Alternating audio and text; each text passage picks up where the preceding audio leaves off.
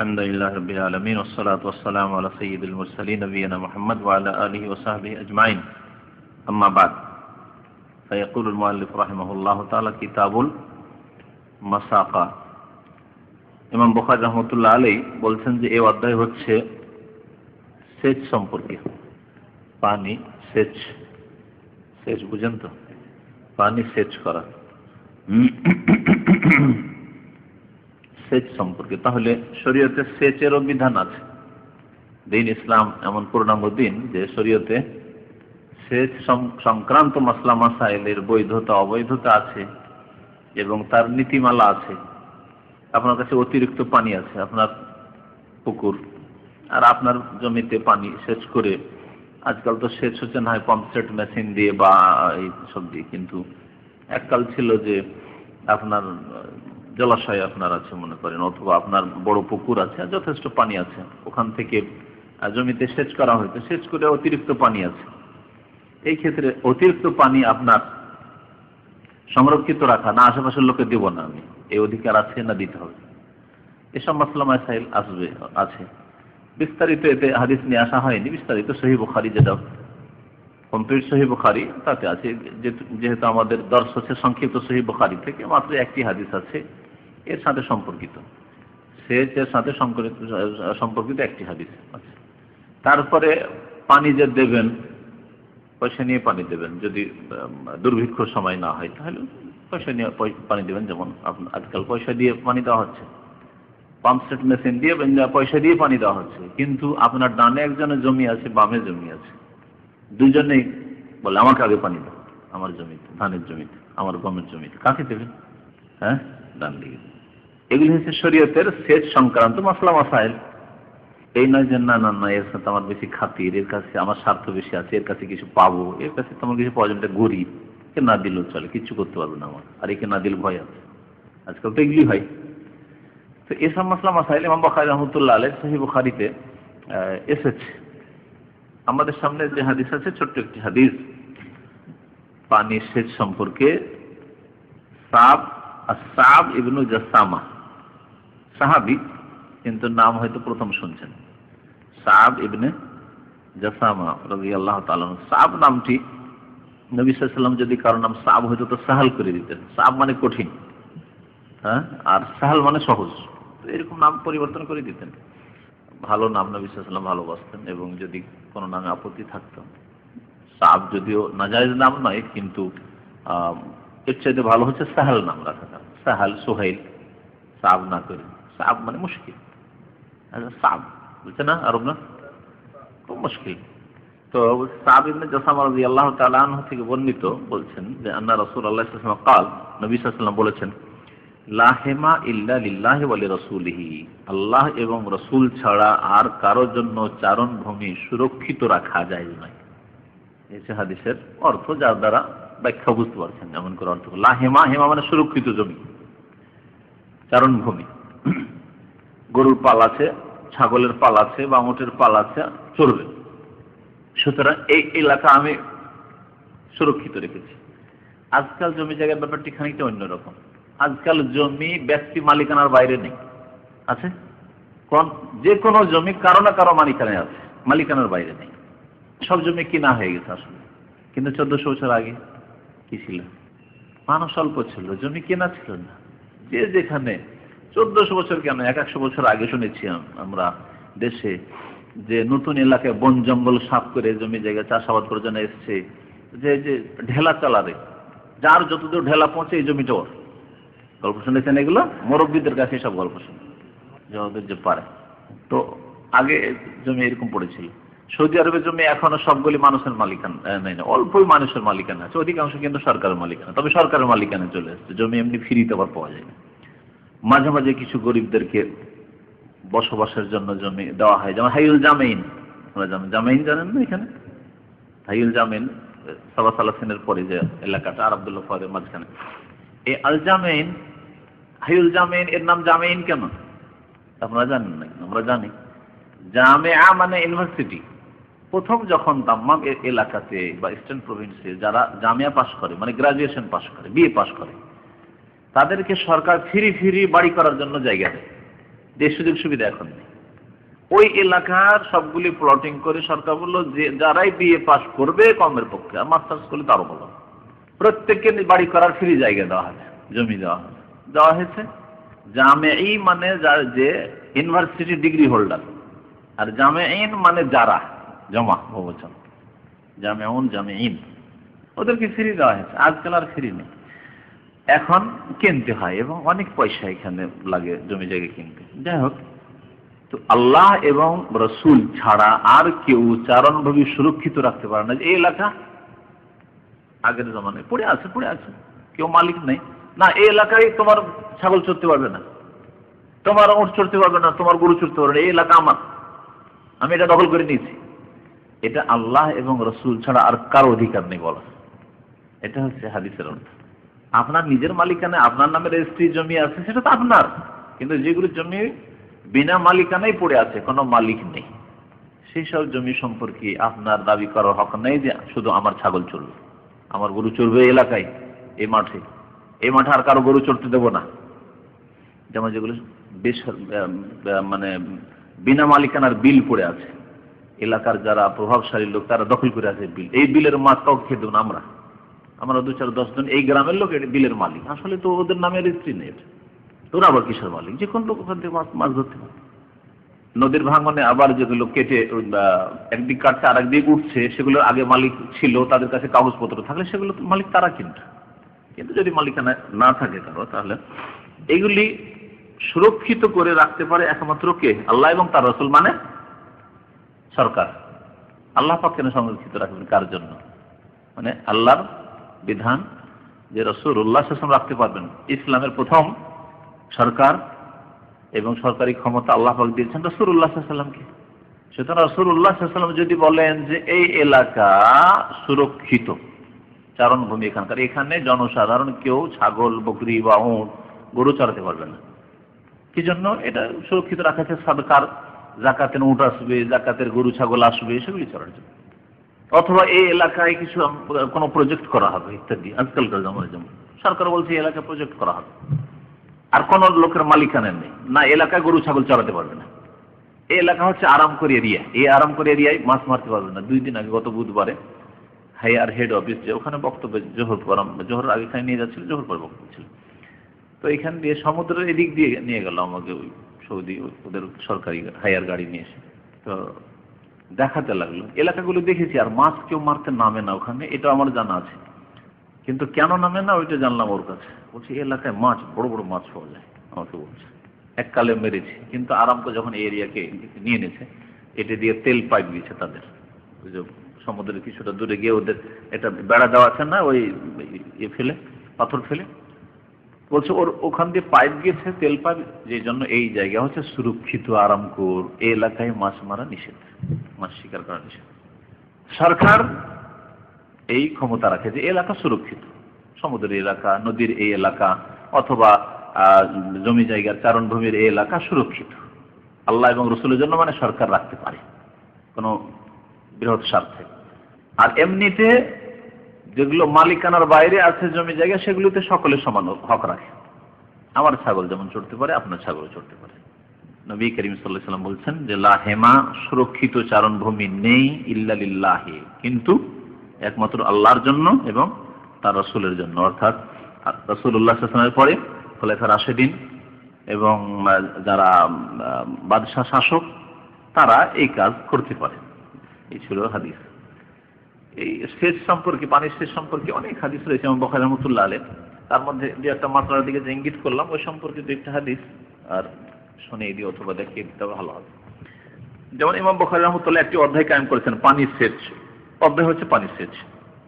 ওতে বলছেন যে বাবু মান হাফারা বিরান ফি মিলকিহি, কেউ যদি নিজের জমিতে, আপনার নামে জমি রেজিস্ট্রি, এটা এমনি জমি, সরকারি জমি নয় অথবা অন্য কারো জমি নয়, নিজের জমিতে আপনি কূপ খনন করেছেন, আর ওই কূপে গিয়ে কোনো মানুষ পড়ে গেছে, মরে গেছে, নিজের জমিতে আপনি কূপ খনন করেছেন, কারো বকরি ছাগল গিয়ে পড়ে গেছে, মরে গেছে, তখন বকরিওয়ালা বলছে আমার বকরি দাম দাও, বলেন দিতে হবে?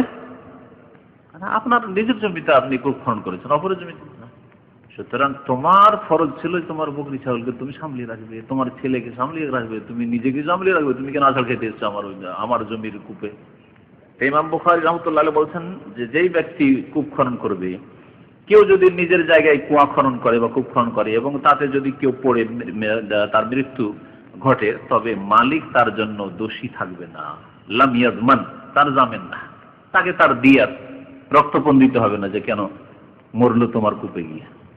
এই মাসলাকে ভিত্তি করে, এটা তো ছিল কুয়ার যুগের মাসলা, কূপের যুগের মাসলা। আপনার পাম্পসেট মেশিন আছে, অথবা আপনার অন্য কোনো মেশিন আছে, অথবা আপনার ফ্যাক্টরি আছে, নিজের মালিকানা ফ্যাক্টরি, নিজের জমিতে ফ্যাক্টরি আছে। ফ্যাক্টরিতে কোনো লোক এসে জানে না কাজ, আর হাত দিয়েছে মেশিনে হাত দিয়ে তার ক্ষয়ক্ষতি হয়ে গেছে, মরে গেছে, অথবা তার হাত কেটে গেছে। যেমন এই আমাদের মিজান ভাইয়ের সাথে সহকর্মীর ঘটনা, গত মঙ্গলবারের ঘটনা। কোম্পানিতে কাজ করে থেকে নিজে ভুল করেছে, গ্যাস কেমন করে ছুটেছে, দিয়ে তাকে ধাক্কা লেগেছে, মারা গেছে, সাথে সাথে কিছুক্ষণের মধ্যে মারা গেছে। তাহলে এই ক্ষেত্রে যদি কোম্পানির পক্ষ থেকে কোনো ত্রুটি না থেকে থাকে, তার ত্রুটি হয়, তাহলে কোম্পানির জন্য জামিন নাই, দায়িত্ব নাই তার। কিন্তু যদি কোম্পানির পক্ষ থেকে তাদের ত্রুটি থেকে থাকে, সেই কারণে মারা গিয়ে থাকে, তাহলে তার দায়িত্ব। যাই হোক, কুয়া, আমি কি বললাম যে কুয়া ঘেরা থাকবে না, তারপরে তো পড়ে যেতে পারে। কুয়াকে এতটুকু ঘেরা উচিত যে একেবারে মাটির সমান না থাকে, না ঢেল মারা যায় নাই, ঢেল মারা যায় না। কারো মুরগি যাবে বাড়িতে, কারো ঢেল মারা যায় না, সে অন্যায় কাজ করেছে, সে তাড়াবে এমনি, এমন কিছুতে না যাতে মরে যায়, এমনিতে তাড়ানোর ব্যবস্থা আছে। আচ্ছা, আরেকটি হাদিস শোনাই, যেটা মাসলা বললাম পানি পান সম্পর্কে। পানি পান যখন নিজে পান করার ক্ষেত্রে ডান দিকের লোকটিকে দিতে হবে। তাহলে যদি দেখা যায় যে আমার কাছে আমার জমিতে স্যালো মেশিন আছে, কি বলেন আপনারা, স্যালো মেশিন, ডান দিকে জমিওয়ালা প্রতিবেশী আছে, বাম দিকে জমিওয়ালা আছে, গমের চাষ অথবা ধানের চাষ যাই হোক না কেন, এই দিকের জমিওয়ালা বলছে যে ভাই পানিটা আমাকে আগে দেন, আপনার পানি দেওয়ার পরে আমাকে পানিটা দিন, ভাই জমি শুকিয়ে যাচ্ছে। আর এই দিকের লোক বলছে না, আমাকে আগে দিতে হবে, কাকে দেবেন? ওই হাদিস থেকে ইস্তেদলাল করেছেন ইমাম বুখারী রাহমাতুল্লাহ আলাইহি যে আন্নাহা হালাবাত রাসূলুল্লাহ সাল্লাল্লাহু আলাইহি ওয়াসাল্লাম শাআতুন দাজান ওয়া হুয়া ফি দারে ওয়া হিয়া ফি দারে আনাস বিন মালিক ওয়া শিবালা বুন হাদি মাইন মিনাল বির আল্লাতি ফি দারে আনাস ফাআতা রাসূলুল্লাহ সাল্লাল্লাহু আলাইহি ওয়াসাল্লাম কাদহা, রাসূলুল্লাহ সাল্লাল্লাহু আলাইহি ওয়াসাল্লাম পেয়ালা নিলেন দুধের, আর কি, ফারিশারিবা মিনহু, পান করলেন, হাত্তা ইযা নাযাআল কিদহা মিন ফিহি ওয়া আলা ইয়াসারিহি আবু বকর ওয়া আন ইয়ামিনিহি আরাবি। নবী সাল্লাল্লাহু আলাইহি ওয়াসাল্লাম দুধ পান করলেন, কোন এক বাড়ির ঘটনা ছিল আর কি। তারপরে দুধ পান করে দেখলেন যে বাম দিকে আবু বকর বসে আছে, আবু বকর সিদ্দিক রাদিয়াল্লাহু তাআলা, এই উম্মতের সর্বশ্রেষ্ঠ ব্যক্তি রাসূলুল্লাহ সাল্লাল্লাহু আলাইহি ওয়াসাল্লাম পরে বাম দিকে বসে আছেন। আর ডান দিকে বসে আছেন একজন বেদুইন, অশিক্ষিত মানুষ, আরবি না, আরবি মানে বেদুইন। ফাকালা ওমর ওয়া খাফা আইয়ুতিয়াহুল আরবি আতি আবু বকর ইয়া রাসূলুল্লাহ। ওমর রাদিয়াল্লাহু তাআলা আশেপাশে বসে আছেন, ভাবছেন যে ডান দিকে যখন বসে আছেন নবী সাল্লাল্লাহু আলাইহি ওয়াসাল্লাম হয়তো এই আরবিকে দিতে পারে, ইয়া রাসূলুল্লাহ আবু বকর আছে কিন্তু, যাতে করে নবী সাল্লাল্লাহু আলাইহি ওয়াসাল্লাম আবু বকরের খেয়াল রাখেন। ওমর বলছেন যে আতি আবু বকর ইয়া রাসূলুল্লাহ, হে আল্লাহর রাসূল আবু বকরকে দেন, ইনদাক, আপনার পাশে আছে, আপনার নিকটে আছে। আতাহুল আরবি, কিন্তু নবী সাল্লাল্লাহু আলাইহি ওয়াসাল্লাম ওই আরবিকে, অশিক্ষিত বেদুইন যাযাবরকে দিয়ে দিলেন, আল্লাযী আলা ইয়ামিনিহি, যে ব্যক্তি ডান দিকে বসেছিল।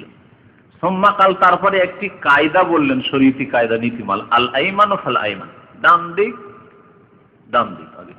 আগে ডান দিকের লোক শেষ হবে, তারপরে তখন ডান দিক। তাহলে খেতে বসে হোক আর পানি সেচের ক্ষেত্রে হোক, পানি সেচের অধ্যায় সুতরাং পানি সেচের আলোচনা আমাদের, এই ক্ষেত্রে ডান দিকের জমিওয়ালাকে দিতে হবে।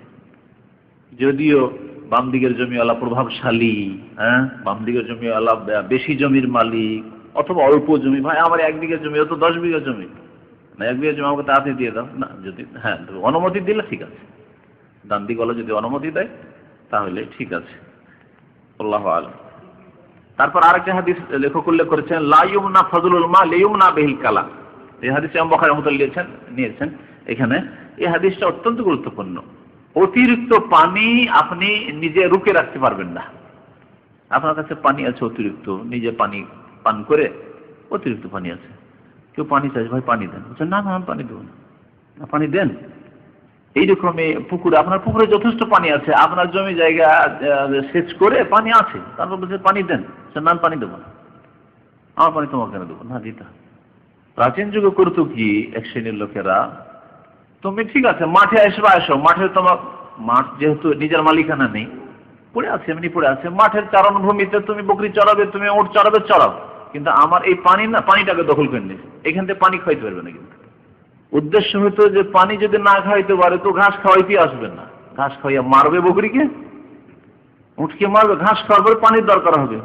আর মরুভূমিতে আরব দেশে জজিরায় 100-200 কিলোমিটার না গেলে হয়তো পানিই পাবে না, তাহলে এলাকাতে আসবে না, ও ছেড়ে চলে। যখন পানি পাচ্ছি না তো ঘাস দেখে লাভ নাই।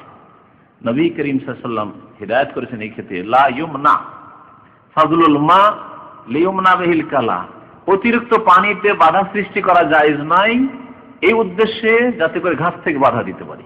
কিন্তু ইনডাইরেক্ট ঘাস থেকে বাধা দিলাম, যে ঘাস খাওয়াইতেই পারবে না, তখন আমার একা আমার বকরি চড়বে খুব আরামে।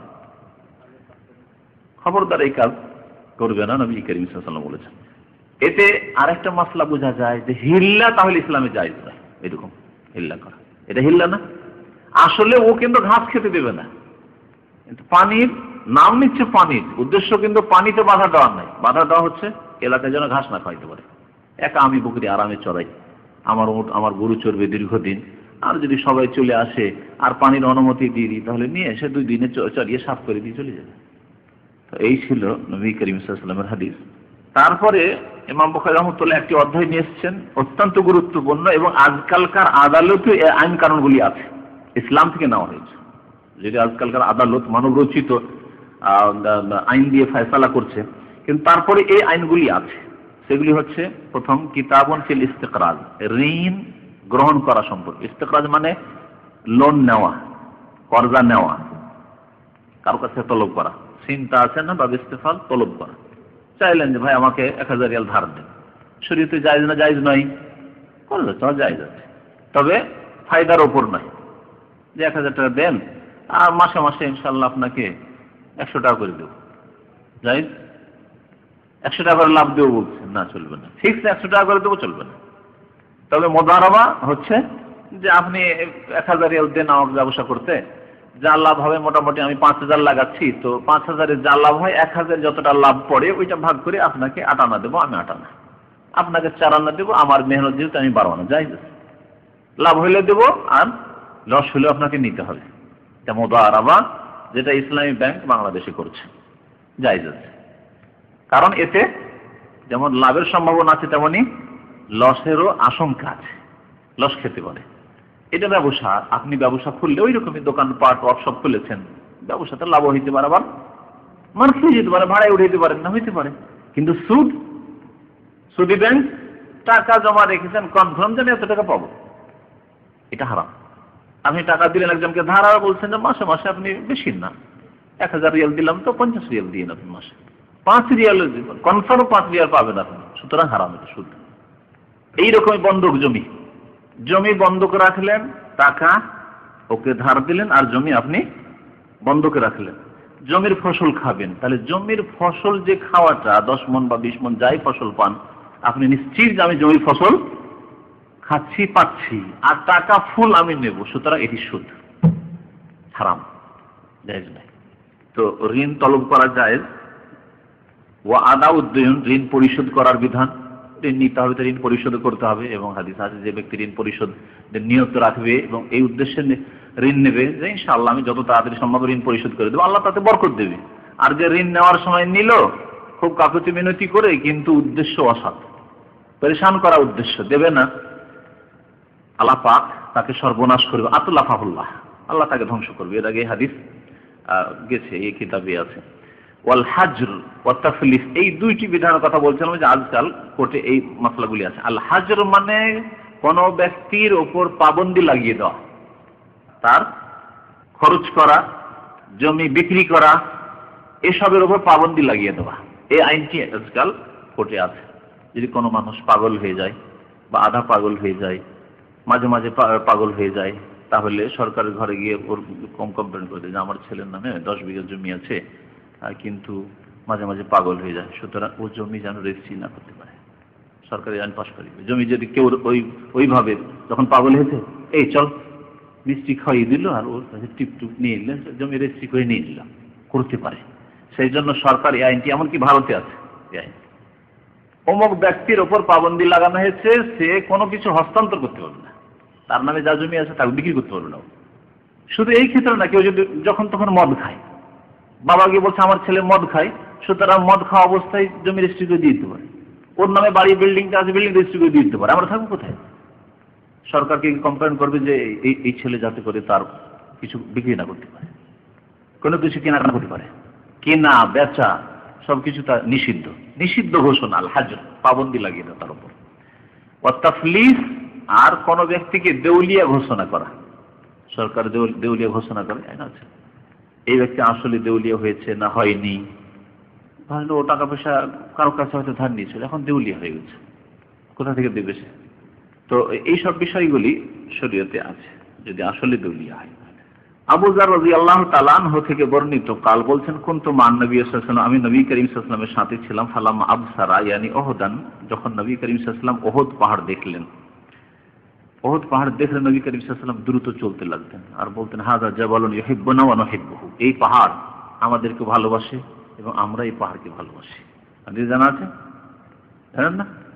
নবী করিম সাল্লাল্লাহু আলাইহি ওয়াসাল্লাম বলছেন এই ওহদ পাহাড়ের পাথর আমাদেরকে ভালোবাসে, মুমিনদের মুসলিমদেরকে, আর আমরাও এই ওহদ পাহাড়কে ভালোবাসি। তাহলে বোঝা গেল পাথরের মধ্যেও আল্লাহ পাক অনুভূতি রেখেছে। ওহদ পাহাড় পাথর, কিন্তু রাসূলুল্লাহ সাল্লাল্লাহু আলাইহি ওয়াসাল্লাম ভালোবাসে, সাহাবায়ে কেরামদেরকে ভালোবাসে। ইউহিব্বুনা বলেছেন, এই কথা বলেননি যে আমাকে শুধু ভালোবাসে, আমাদেরকে ভালোবাসে এবং আমরা এই ওহদ পাহাড়কে ভালোবাসি।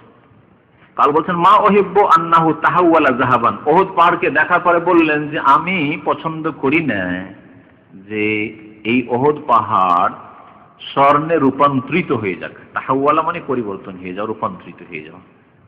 আমি এটা চাই না যে ওহদ পাহাড় স্বর্ণের পাহাড় হয়ে যাক। আর যদি হয়ে যায় ইয়ামকুসু ইনদি মিনহু দিনারুন ফাওকা সালাস, আর তা যদি স্বর্ণে রূপান্তরিত হয়ে যায়, সেটি আমার কাছে তার মধ্য থেকে, এই ওহদ পাহাড় স্বর্ণ পরিমাণ স্বর্ণ থেকে একটি দিনার 3 দিনের বেশি আমার কাছে থাকবে, এটাও আমি পছন্দ করি। যদি হয়েও যায়, নবী করিম সাল্লাল্লাহু আলাইহি ওয়াসাল্লামকে ইখতিয়ার দেওয়া হয়েছিল কিনা যে আপনি মালিক, কিং হবেন, বাদশাহ, এবং রসুল হবেন তার সাথে, আপনার জন্য ওহদ পাহাড়কে আমি স্বর্ণ বানিয়ে দিয়েছি, ধনী হতে চান? নবী করিম সাল্লাল্লাহু আলাইহি ওয়াসাল্লাম বলেছিলেন যে আল্লাহ না, আমি এটা চাই না, আমি চাই যে আমি গরিব হয়ে, দরিদ্র হয়ে জীবন যাপন করব, একদিন খাবো, আল্লাহ তোমার শুকরিয়া আদায় করবো, আর একদিন অনাহারে থাকবো, আল্লাহ ধৈর্য ধারণ করবো। নবী করিম সাল্লাল্লাহু আলাইহি ওয়াসাল্লাম স্বেচ্ছায় বেছে নিয়েছেন দারিদ্রকে, অভাবের জীবনকে আল্লাহ পাক রব্বুল আলামিনের পক্ষ থেকে, যে আল্লাহ আমি এই সাধারণ জীবন চাই। তাহলে 3 দিনের বেশি যেতে দেবো না। এক কথায় বলার উদ্দেশ্য যে স্বর্ণ যদি আল্লাহ পাক বানিয়ে দেন ওহদ পাহাড়কে, তবু আমি 3 দিনের বেশি যেতে দেবো না। কি করে দেবো? আল্লাহ রাস্তায় ব্যয় করে দেবো, দান খেরাত করে দেবো, যাদের প্রয়োজন আছে তাদেরকে দিয়ে দেবো। তবে ইল্লা দিনারান, এমন দিনারকে আমি রাখতে পারি, আর সুদুহু লিদাইন, যেটা ঋণ পরিশোধের জন্য আমি সুরক্ষিত রাখতে পারি। যদি আমার ওপর ঋণ থাকে তাহলে সেটা রাখতে পারি, যে ঋণ পরিশোধ করতে হবে। আর যেই লোকটির কাছে আমি ঋণ নিচ্ছি সে হয়তো মদিনায় হাজির নেই, ওর আসতে আরো 2-4 সপ্তাহ লাগবে, বাইরে গেছে, কোথাও সফরে গিয়েছে, তাহলে সেটা রাখবো। তাহলে বোঝা গেল যে ঋণ পরিশোধ করার জন্য টাকা পয়সা প্রস্তুত রাখা আগে থেকে নবী করিম সাল্লাল্লাহু আলাইহি ওয়াসাল্লাম। অনেকের না, ওর লোক তো চলে গেছে, কখন আসে না আসে, আপনি নিজের কাজ করে যাচ্ছেন। নিজের কাজ করে যদি কোনোদিন অতিরিক্ত হয়, আর আপনার যদি করুণা দয়া হয়, তাহলে ঋণ পরিশোধ করবেন, নাইলে করবেন না। আজকাল অধিকাংশ মানুষের চরিত্র হচ্ছে ঋণের ক্ষেত্রে, ধার দিয়ে দিলে তার রহম করমের উপর নির্ভর করতে হবে, দয়া যদি হয় তাহলে দেবে, না হয় দেবে না। আর তার কাছে চাইতে গিয়ে সরাসরি তো চাওয়াই যাবে না, বসে এদিক ওদিক গল্প করে তারপরে ঘুরিয়ে পেঁচিয়ে মনে হয় অনুরোধ করে বলতে হবে টাকাটা একটু, সুবহানাল্লাহ। অথচ নবী সাল্লাল্লাহু আলাইহি ওয়াসাল্লাম বলেন, ইন্না সাহিবুল হক মাকালা, যে আপনার কাছে পাবে সে যে কোনো কথা আপনাকে বলতে পারে, টাকা দেন আবার বলতে পারে, টাকা দিয়ে উঠেন বলতে পারে। নবী করিম সাল্লাল্লাহু আলাইহি ওয়াসাল্লাম, তার অধিকার আছে। আমার টাকা দেওয়ার সময় হয়ে গেছে, আপনি 1 মাস বলেছি, 1 সপ্তাহ বলেছি, 7 দিন হয়ে গেছে, দেন এখন।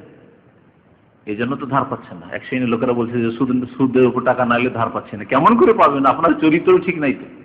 আপনার চরিত্র ঠিক তারা অবশ্যই ধার দেবে। আপনি আল্লাহওয়ালা হয়ে যান, হ্যাঁ, আপনি আল্লাহকে ভয় করেন, অবশ্যই আপনাকে টাকা ধার দিতে চাইবে, আপনি নেবেন না। আমি এইরকম অনেক লোক জানি, টাকা ধার দিতে চাই, ধার নিতে চাই না। আর কেউ চেয়ে পায় না। তা আপনি যখন ওই রকম ঈমান এবং আখলাক চরিত্র তৈরি করবেন, তখন লোকে ভাববে যে একে টাকা দাও মানে আমার কাছে টাকা আছে। সুম্মা কাল, তারপরে নবী করিম সাল্লাল্লাহু আলাইহি ওয়াসাল্লাম বলেন, ইন্নাল আকসারিনা হুমুল আকাল্লুন, নিশ্চয়ই যারা ধন সম্পদের দিক দিয়ে প্রাচুর্য রয়েছে, যাদের অধিক পরিমাণ ধন রয়েছে, আকসারিন মানে হুমুল আকাল্লুন, আকাল্লুনা ফিস সওয়াব, ইন্নাল আকসারিনা ফিল মালি হুমুল আকাল্লুনা ফিস সওয়াব, এই হচ্ছে হাদিসের অর্থ। যাদের ধন সম্পদ বেশি তারা নেকির দিক দিয়ে খুব কমে থাকবে। কারণ পয়সাতে এত ব্যস্ত হয়ে গেছে, ব্যবসা বাণিজ্যে এত ব্যস্ত হয়ে গেছে, দুনিয়াতে আসলে এত ব্যস্ত হয়ে গেছে, জমি জায়গার খুব বেশি, চাষাবাদে এত ব্যস্ত হয়ে গেছে, টাকা পয়সা এত বেশি, তার হিসাব নিকাশ করতে করতে সময় পায় না। কোন রকম যদি নামাজি হয়তো ফরজটি আদায় করে, অথবা সেটাও কিছুদিন পরে ছুটে যাচ্ছে, জামাতে যেতে পারে না, রাত জেগে জেগে হিসাব নিকাশ টাকা পয়সা করতে করতে তার ফজরে জাগতে পারে না, তাহলে পয়সার দিক দিয়ে বেশি, এই জন্য আকাল্লুন, তারা নেকির দিক দিয়ে, সওয়াবের দিক দিয়ে তাদের সওয়াবের পরিমাণ অত্যন্ত কম হবে কাল কিয়ামতে। এবং আপনারা জানেন যে ফকির ধনীদের অনেক আগে জান্নাতে যাবে। কতদিন আগে? 500 বছর আগে একটি হাদিস রয়েছে, 500 বছর আগে জান্নাতে চলে যাবে। কারণ গরিবদেরকে আল্লাহ পাক হিসাব নিয়ে নামাজে পাস, যদি পাস হয়ে যায় তাহলে। আবার আমাদের দেশে এক শ্রেণীর ফুটপাতিয়া গরিব না, বেনামাজি গরিব, আল্লাহ পাক দুনিয়াও দেয়নি, দিনও দেয়নি, মাহরুম, হতভাগা গরিব। আর আল্লাহ শুকরিয়া আদায় করো, 5 ওয়াক্ত নামাজ পড়ো না, আরো না শুকরিয়া, নামাজ পড়ো, পেটে নাই খেতে, ছেলে মেয়ের চিকিৎসা করাইতে পারছি না, পেরেশান, এই আল্লাহর বিরুদ্ধে অভিযোগ, না শুকরা বান্দা। তো এদের পরিণাম আরো খারাপ, এদের পরিণাম ধনীর চাইতেও খারাপ। গরিব যারা শুকর গুজার, আল্লাহ পাক নামাজ ফরজ করেছেন, তাতে পয়সা লাগে না, গরিব মানুষ 5 ওয়াক্ত সুন্দর নামাজ পড়ে, রোজাতে পয়সা লাগে না, সুন্দর করে রোজা রাখি, আরো যেসব আমলে পয়সা অর্থ লাগে না সেসব কাজ অবশ্যই করে, কারণ তার কাছে অর্থ নেই। আর তার আকাঙ্ক্ষা, যদি আল্লাহ যদি অর্থ দিত হজও করতাম, আল্লাহ যদি টাকা পয়সা দিত তাহলে যাকাতও দিতাম, আল্লাহ টাকা পয়সা দিলে মসজিদ মাদ্রাসা বানাইতাম, দিনের খেদমত করতাম, অর্থের দিক থেকে আল্লাহ পাক রব্বুল আলামিনের হক আদায় করতাম, তাহলে ওরা পয়সাওয়ালাদের অনেক আগে জান্নাতে চলে যাবে। হিসাব হালকা, ওজন বোঝা হালকা বোঝা নিয়ে গেছে, সুতরাং হালকা বোঝা নিয়ে তাড়াতাড়ি জান্নাতে পৌঁছে যাবে। আর এরা অনেক পয়সা নিয়ে গেছে, বোঝা ভারী, এই বোঝা নামাতে হিসাব দিতে দিতে পরেশান হয়ে যাবে কিয়ামতের দিন, যদিও নামাজি হয় না কেন। কারণ কোথা থেকে আসলো পয়সা আর কোথায় গেল, এর উত্তর খুব কঠিন। কোনখান থেকে আপনার পয়সা এসছে, হালাল পয়সা এসছে না হারাম পয়সা, এর উত্তর। আবার এই টাকাগুলি তো আসলে খরচ করলেন কোথায়, এর উত্তর বড়ই মুশকিল। নবী সাল্লাল্লাহু বলছেন যে যারা ধন সম্পদের দিক দিয়ে মানে বেশি ধন সম্পদের মালিক, তারাই নেকির দিক দিয়ে খুব অল্প নেকিতে থাকবে। ইল্লা মান কালা বিল মাল হাকাযা ওয়া হাকাযা, তবে যারা ধন সম্পদ পেয়ে এইদিকে ওইদিকে ব্যয় করবে। কালা মানে এখানে ফালা, কালা মানে বলা নয়। সময় কালার অর্থ আরবরা বলেন কর্ম করার ক্ষেত্রে, এইদিকে ব্যয় করলো ওইদিকে বলো, যেখানে ব্যয় করার সুযোগ আসলো, ফরজ অজেব ছাড়াও যেখানে আল্লাহ সুযোগ দিয়েছে। একে এতিমের খবর পেলে এতিমকে দিল, বিধবার খবর পেলে বিধবাকে দিল, মসজিদ বানাইতে মসজিদে দিল, দিনের খেদমত দিনের খেদমত, এইভাবে ডানে বামে চারিদিক। ওয়ান শেমালিহি, এবং কি আছে তারপরে, ও আশার আবু শিহাবিন বাইনা ইয়াদিহি, আবু শিহাব বর্ণনাকারী ইশারা করছেন নবী সাল্লাল্লাহু আলাইহি ওয়াসাল্লাম এই হাদিসে, মাল নিয়ে কি করে, এইরকম করে ওইরকম করে, মানে বাইনা ইয়াদিহি সামনে খরচ করে, আন ইয়ামিনিহি ডানে খরচ করে, ওয়ান শেমালি বামে খরচ করে, চারিদিকে যেখানে খরচ করার সুযোগ পায় খরচ করে। ওয়া কালিলুম মা হুম ফীহি, এবং এইরকম লোক খুব অল্পই আছে, যারা টাকা পয়সা পেয়ে কৃপণতা করে না, বরং খুব বেশি আল্লাহ রাস্তায় ব্যয় করে, এরকম লোক খুব কম আছে। ওয়াকাল মাকানাকা হাত্তা আতিয়া, তারপরে নবী সাল্লাল্লাহু আলাইহি ওয়াসাল্লাম আবু যারকে বললেন যে যতক্ষণ তোমার কাছে না আসবো তুমি এখানেই থাকো। আগের হাদিস শেষ হয়ে গেল, এখন বলছেন তুমি এখানেই থাকো যতক্ষণ আমি না আসবো। কিন্তু ওয়া তাকাদ্দামা গায়রা বাইদিন, অল্প একটু এগিয়ে গেলেন নবী সাল্লাল্লাহু আলাইহি ওয়াসাল্লাম। এই কথা বলে আবু যারকে বসিয়ে দিয়ে নবী সাল্লাল্লাহু আলাইহি ওয়াসাল্লাম একটু এগিয়ে গেলেন। ফাসামিআতু সাউতান, আমি হঠাৎ করে একটা আওয়াজ শুনলাম।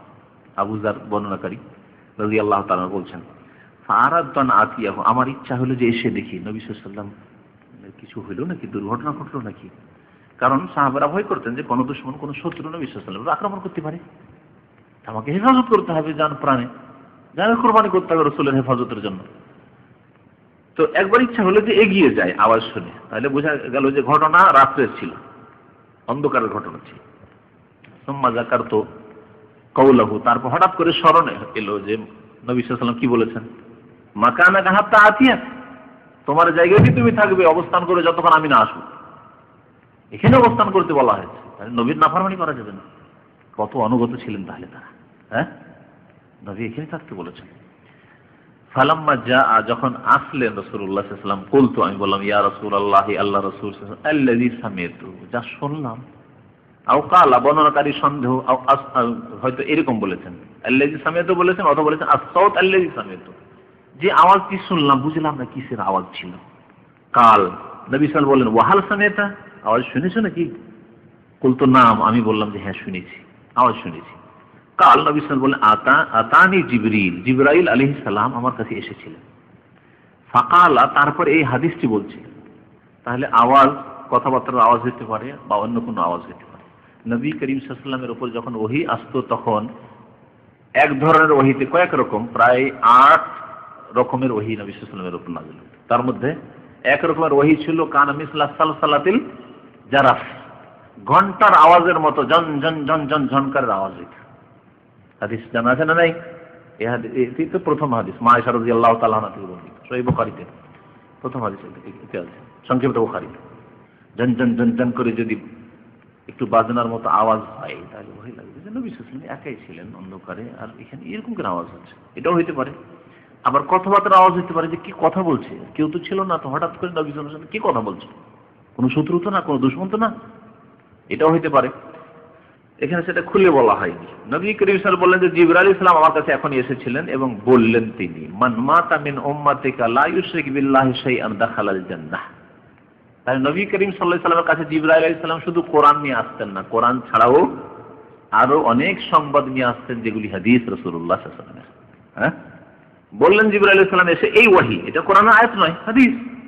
কি বললেন? মান মাতা মিন উম্মাতিকা, হে নবী, আপনার উম্মতের যারা মারা যাবে, লা ইউশরিক বিল্লাহি শাইআন, কিন্তু তারা আল্লাহর সাথে কোনো কিছুকে শরীক করেনি, শিরক করেনি, তারা দাখালাল জান্নাহ, শিরক করেনি এবং আল্লাহর ইবাদত করেছে। শিরক করেনি, এটা নেগেটিভ, তাহলে পজিটিভ লাগবে না? লাগবে না। 5 ওয়াক্ত নামাজ পড়েছে, ফরজ রোজা রেখেছে, ফরজ যাকাত দিয়েছে, ফরজ হজ করেছে, ফরজ মাতা পিতার সেবা করেছে, হালাল খেয়েছে, হারাম খায়নি, সুদ খায়নি, বেঈমানি আত্মসাৎ করেনি, জুলম অত্যাচার করেনি, এগুলো লাগবে। আল্লাহর সাথে শিরক করেনি, তাহলে শিরক করলে জান্নাত পাবে না, বোঝা গেল। আর যদি শিরক না করে মরে, তাওহীদের উপর দাখালাল জান্নাহ, জান্নাতে যাবে।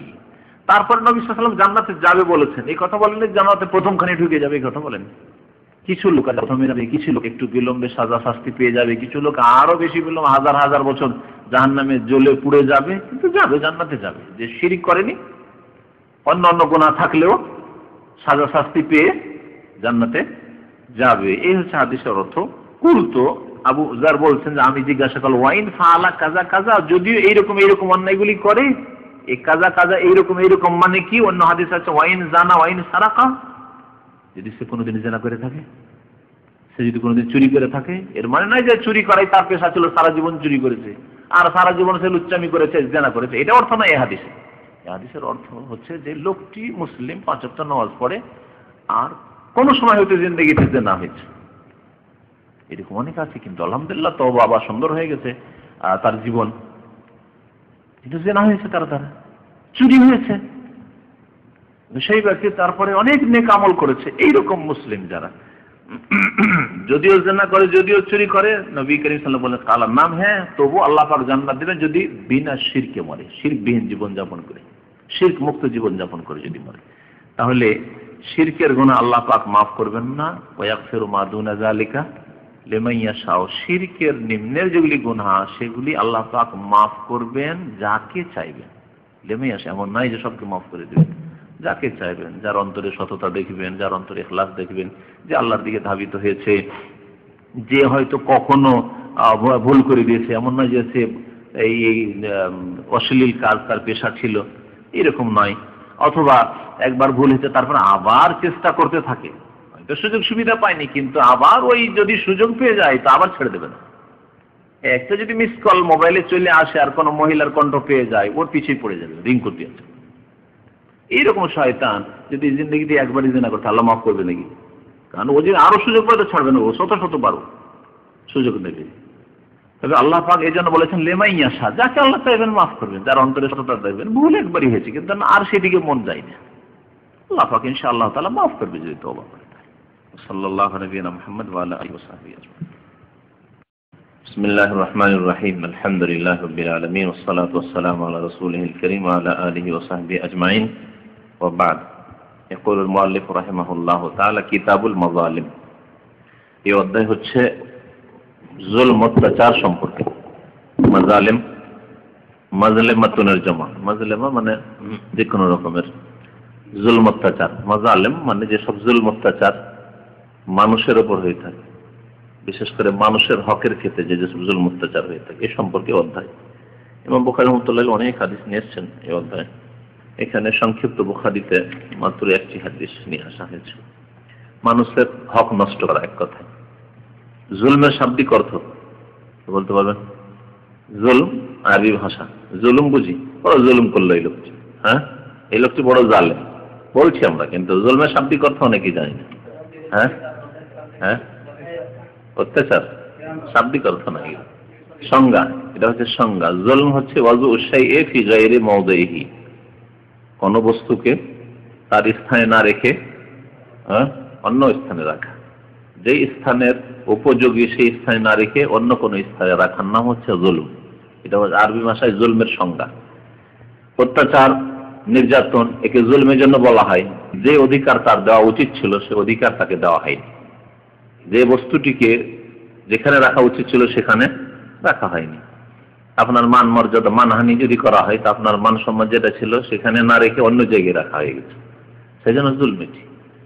আপনার যদি মিথ্যা অপবাদ লাগানো হয় তো আপনি মিথ্যা অপবাদের যোগ্য না, ওই জায়গায় এই অপবাদটি স্থান নয়, অন্য স্থানে রাখা হয়েছে, সেই জন্য জুলম এটি। গীবত করা, হক নষ্ট করা, যেই জায়গায় রাখতে হবে সংশোধনের উদ্দেশ্যে, সংশোধন হচ্ছে সরাসরি বলা ব্যক্তি জীবনের ভুল ত্রুটি হলে, সেখানে রাখা হয়নি, এইভাবে জুলম। আর যেটা জুলম নয় সেটা এরকম নয়, যেমন চোরের হাত কাটা না, যথাস্থানে রাখা হয়েছে। হ্যাঁ, চোরের হাত কাটা হচ্ছে নেই, জুলম না, এটা হচ্ছে আদল। জুলমের বিপরীত হচ্ছে আদল, ইনসাফ। আল্লাহ বলছে ইন্নাল্লাহ ইয়ামুরু বিল আদলি, আল্লাহ পাক আদল অর্থাৎ ন্যায় বিচারে, ন্যায় নীতির আদেশ করেছেন আর জুলম হারাম করেছেন। ইন্নী হারামতু যুলমা আলা নাফসি, আল্লাহ বলছেন হাদিসে কুদসিতে, আমি আমার উপর জুলম হারাম করেছি। ওমা আনা বিযাল্লামিল লিল আবিদ, আমি কোনো বান্দার উপর জুলম করি না, আমি নিজের উপর হারাম করেছি, সুতরাং ফালা তাযালামু, তোমরা কেউ কারো উপরে জুলম করবে না। তোমাদের মাঝেও জুলমকে হারাম করেছি। জুলম মানে কোনো কিছুকে তার নিজের স্থানে না রেখে অন্য স্থানে রাখা। এই জন্য শিরকে সবচেয়ে বড় জুলম বলা হয়েছে, কারণ এই ইবাদত আল্লাহর সামনে রাখতে হইতো, না রেখে মূর্তির সামনে, প্রতিমা পুতুলের সামনে অথবা কবর মাজারের সামনে তার জন্য রেখে দেওয়া হয়েছে। মৃতের জন্য, জীবিতদের জন্য, ওলির জন্য, নবীর জন্য রেখে দেওয়া হয়েছে, যেটা আল্লাহর হক। এই জন্য এটা হচ্ছে জুলম। তাহলে জুলমের যে সংজ্ঞা সেখানে পুরোপুরি ফিট আছে। আবু সাঈদ খুদরি রাদিয়াল্লাহু তাআলা আনহু থেকে বর্ণিত, আনিন নবী সাল্লাল্লাহু আলাইহি ওয়াসাল্লাম قال, তিনি নবী সাল্লাল্লাহু আলাইহি ওয়াসাল্লাম থেকে বর্ণনা করেছেন হাদিস, যে তিনি বলেছেন, নবী সাল্লাল্লাহু আলাইহি ওয়াসাল্লাম বলেছেন, ইয়াকুম ওয়াল জুলুস আলা তুরুকাত। ইয়াকুম মানে তোমরা নিজেকে বাঁচাবে, ইয়াকুম মানে তোমরা, এই জন্য ইয়াকুম মানে তোমরা সাবধান, হ্যাঁ তোমরা নিজেকে বাঁচাবে, এগুলি অর্থ করা হয়। যেমন ইয়াকুম ওয়া মুহদাসাতিল উমুর হাদিস আছে, তোমরা নতুন নতুন কাজ থেকে সাবধান, নিজেকে বাঁচাবে। আসলে ছিল ইত্তাকু আনফুসাকুম, হ্যাঁ, বা তোমরা নিজেদেরকে রক্ষা করবে, বা ইদু আনফুসাকুম, তোমরা নিজেদেরকে দূরে রাখবে। মুহদাসাতিল উমুর মানে নতুন নতুন কাজ থেকে, বিদআত থেকে। এখানে আছে ইয়াকুম ওয়াল জুলুসা, তোমরা নিজেদেরকে বাঁচাবে, দূরে রাখবে বসা থেকে, আলা তুরুকাত, রাস্তাঘাটে। এই হাদিসটা আজকে জুমা মসজিদের খুতবা এসেছিল, আর খুতবার অনুবাদে যারা ছিলেন তারা এর ব্যাখ্যা শুনেই ফেলেছেন, আপনিও ছিলেন, শুনেছেন না? নবী সাল্লাল্লাহু আলাইহি ওয়াসাল্লাম সাহাবায়ে কেরামদেরকে বললেন যে খবরদার তোমরা রাস্তাঘাটে বসবে না, বাড়ির সামনে রাস্তায় বসে গল্প করা, গ্রামে গঞ্জে যে আমাদের সভ্যতা, রাস্তায় বসে গল্প করা, চেয়ার বেঞ্চ নিয়ে বসে গেছে অথবা এমনি ঘাসের উপর বসে গেছে আর গল্প চলছে, এমনিতে বসে আছে, আগুন ধরিয়ে দিয়েছে শীতকালে, আর গোল হয়ে সব চলছে গল্প সকাল ফজর থেকে শুরু করে 8টা 9টা পর্যন্ত। ইয়াকমল জলুস আলা তুরুকাত, রাস্তাঘাটে বসা থেকে তোমরা নিজেকে দূরে রাখবে বা বাঁচাবে, অর্থাৎ বসবে না। ফাকালু, সাহাবারা কিন্তু অনুমতি চাইলেন যে না, বসতেই হবে, আমাদের উপায় নেই। মালানা বুদ্দুন মিনহা, বলছেন আমাদের কোনো উপায় নেই। বুদ্দুন মানে উপায়, হ্যাঁ, বুদ্দুন মানে উপায়, আর লাবুদ্দা মানে উপায় নেই, মানে করতেই হবে। এই জন্য লাবুদ্দা মানে আবশ্যক, আরবিতে লাযুক্ত বুদ্দা দুটো মিলিয়ে লাবুদ্দা। এই যে আজকাল মাতৃভাষার বলছে লাজিম তাফাল কিজা, মানে তোমাকে অবশ্যই এটা করতে হবে। এটা আসলে শুদ্ধ আরবি নয়, শুদ্ধ আরবি হচ্ছে লাবুদ্দা আন তাফআলা হাযা, তোমার এটা করা ছাড়া কোনো উপায় নেই, মানে অবশ্যই করতে হবে। মালানা বুদ্দুম মিনহা, এই রাস্তা থেকে আমাদের কোনো উপায় নেই, মানে রাস্তাতে বসতেই হবে। ইন্নামা হিয়া মাজালিসুনা, এটাই তো আমাদের বসার জায়গা, আমাদের বৈঠক ঘর। আমরা আমাদের আঞ্চলিক ভাষায় বৈঠক বলি, যে বাইরের দিকে একটা ঘর তৈরি করে রাখি। আমাদের রাজশাহীর ভাইরা আমাদের মসজিদের বুঝে, তাই না? আপনারা কি বলেন? বৈঠক ঘর বলেন না? বৈঠকখানা, বৈঠক ঘর, বৈঠকখানা। এটা যারা আমাদের দেশে ভদ্র বাড়ি, পর্দাওয়ালা বাড়ি, তারা বাইরে একটা বৈঠক রাখে। ওখানে একটা খাট বিছান চৌকি থাকে, চেয়ার টেবিল আছে, মেহমান আসলে বাইরে শুইলো, ওখানে খেতে দিয়ে দিল, যারা পর্দার খেয়াল রাখে। আর যারা পর্দা নেই, অনেক নামাজি বাড়িতে দেখেছি। একবার এক জলসাতে গেলাম, তো আমার খুব ঘনিষ্ঠ ইউনিভার্সিটিতে MA পাশ করেছে ছেলেটা, এখন PhD ধরে, খুব শিক্ষিত ছেলে, এমনি তো খুব খাতির যতই হোক না কেন, কিন্তু আমি বাড়িতে কারো ভিতর বাড়িতে থাকাতে অভ্যস্ত নই। ও রাত্রে জলসা থেকে বলছেন আমার বাড়িতেই থাকতে হবে। জলসার কমিটিদের থাকার স্থান ছিল, বলছেন না আমার বাড়ি থাকতে হবে। মোটরসাইকেল করে নিয়ে গেল, এই গত 5 বছর আগে ছুটিতে গিয়ে বেশি। বাড়িতে গিয়ে আমি মনে করছি তো বৈঠক আছে, মজলিস বাইরে মজলিস আছে, থাকবো, আর আমি থাকবো, বাথরুম আমাকে দেখিয়ে দিবি। আমি বললাম বাথরুমটা দেখিয়ে দাও। বাথরুম বাড়ির পিছনে, খুব বাড়ির ভিতর দিয়ে ঢুকে যেতে হবে, একমুখী বলে আমাকে এখন বাড়ির মধ্যে দিয়ে যেতে হবে। থাকার জায়গায় আমি ভাবছি যে বাইরে পয়সা হলে, এমন নয় যে গরিব মানুষ, পাকা বাড়ি, পাকা বাড়ি। আমাকে নিয়ে গিয়ে একবারে ভিটের ঘরে, ভিটের ঘর বুঝেন, ঘরে একবারে যেই ঘরে শেষ হয় সেই ঘরে নিয়ে গিয়ে আমার বিছানা দিল। বাইরে বেরোলে দেখি তখন ছেলের বিবাহ হয়নি, ওর ভাবিরা বেরিয়েছে। আসলে রাতের অন্ধকার, বুঝতে পারছি মহিলারা বেরিয়ে আসছে, কাজকর্ম করছে। আরে কি রে বিপদ, তো বিপদ। এরকম জায়গায় আমাকে রাখলো, নিয়ে এসে মেহমান বানাইলো। দেখা যাচ্ছে তার রাত তো 12টা 1টা তো জলসায় শেষ হয়েছে, তো রাতটা ফজর পর্যন্ত কাটাইতে হবে। কাটিয়ে কুটিয়ে সকালবেলা তাড়াতাড়ি নাস্তা করে মাসাল্লাম বিদায় পেলাম ওখান থেকে। তো যাই হোক, অনেকেই কিন্তু এই বৈঠকখানার খেয়াল রাখে না। জরুরি এটা, একটা পর্দার বাড়িতে বৈঠকখানা থাকা জরুরি। আমি আপনার মেহমান হইলাম, আর নিয়ে গিয়ে আপনার ঘরে ঢুকিয়ে দিলেন। আমি এখন যদি খুব দিন ভালো মানুষ হই, তাহলে আমি বেরোইতে পারছি না। সামান্য পেশাবের চাপ থাকলে চেপে চেপে রেখে দিলাম, হ্যাঁ, বাথরুমের দরকার হলে চেপে চেপে রেখে দিলাম, বের হইতে পারছি না, একবারে জেলখানার মধ্যে আমাকে ঢুকিয়ে রেখে দিলাম, মুশকিল। আর যদি বেহায়া লোক হয়, ইমান দুর্বল হয়, তার তো সুযোগ পেলো, ঘরে রেখেছেন, বারবার করে বেরোবে, একবার থুতু ফেলতে বেরোবে, বউ বেটি দেখার জন্য, দেশেই করতে বেরোবে। এমনিতে আর তাকাইতেই থাকবে কে বের হচ্ছে, কে আসছে, কে রান্নাঘর থেকে ওইদিকে ঘরে যাচ্ছে আসছে, এই করতে থাকবে। এগুলি বড় ফিতনার কারণ। বেশ কিছু ঘটনা এরকম ফিতনার ঘটনা আছে। সুতরাং প্রত্যেক বাড়িতে যারা গ্রাম অঞ্চলে আছেন বৈঠক থাকতে হবে, যারা শহরে আছেন তাদের বাইরে এমন একটা ঘর থাকতে হবে যেটা সেখানে বাথরুম থাকে, যাতে ভিতরের সাথে মেহমানের সম্পর্ক না থাকে। মেহমানদেরকে অভ্যস্ত করতে হবে। আমাদের আত্মীয় স্বজন এমন কিছু আছে অনেকের, যাদেরকে যদি এইরকম বৈঠকখানায় রেখে দেন আর ওখান থেকে খাওয়িয়ে দেয় বিদায় করে, যদিও সাথে খান, জিন্দিগি তার বাড়িতে আসবে না। কথা সত্য না? জানেন না এরকম ঘটনা? আমাকে বাইরে রেখে দিল, আমি কি ফকির? মানে বৈঠক ঘর যেটি, ওটি ফকির খাওয়ার ঘর ওরা মনে করে। ফকির মিসকিন আসলে বাইরে থেকে খাইয়ে দেয়, ওখান থেকে বিদায়, যদিও সাথে বসে খান, আর জীবনে আমরা বাড়ি আসবো। 1-2 লোক নারাজ হোক, কিন্তু দিন শিখুক, একটু শক্ত হইতে হবে। 2-4টা লোক প্রথম দিকে নারাজ হবে, কিন্তু দেখবে যে না, পরে চিন্তা করবে যে আরে এরা তো ভালোই করছে, কত সুন্দর পর্দা এদের বাড়িতে, এদের মহিলাদের কেউ দেখতে পাই না, এদের বাড়ির মহিলারা বেশ মাশাআল্লাহ খুব ভালো। পরে ওই যারা দুষ্ট প্রকৃতির লোক, তারাই আপনার তারিফ করে প্রশংসা করবে।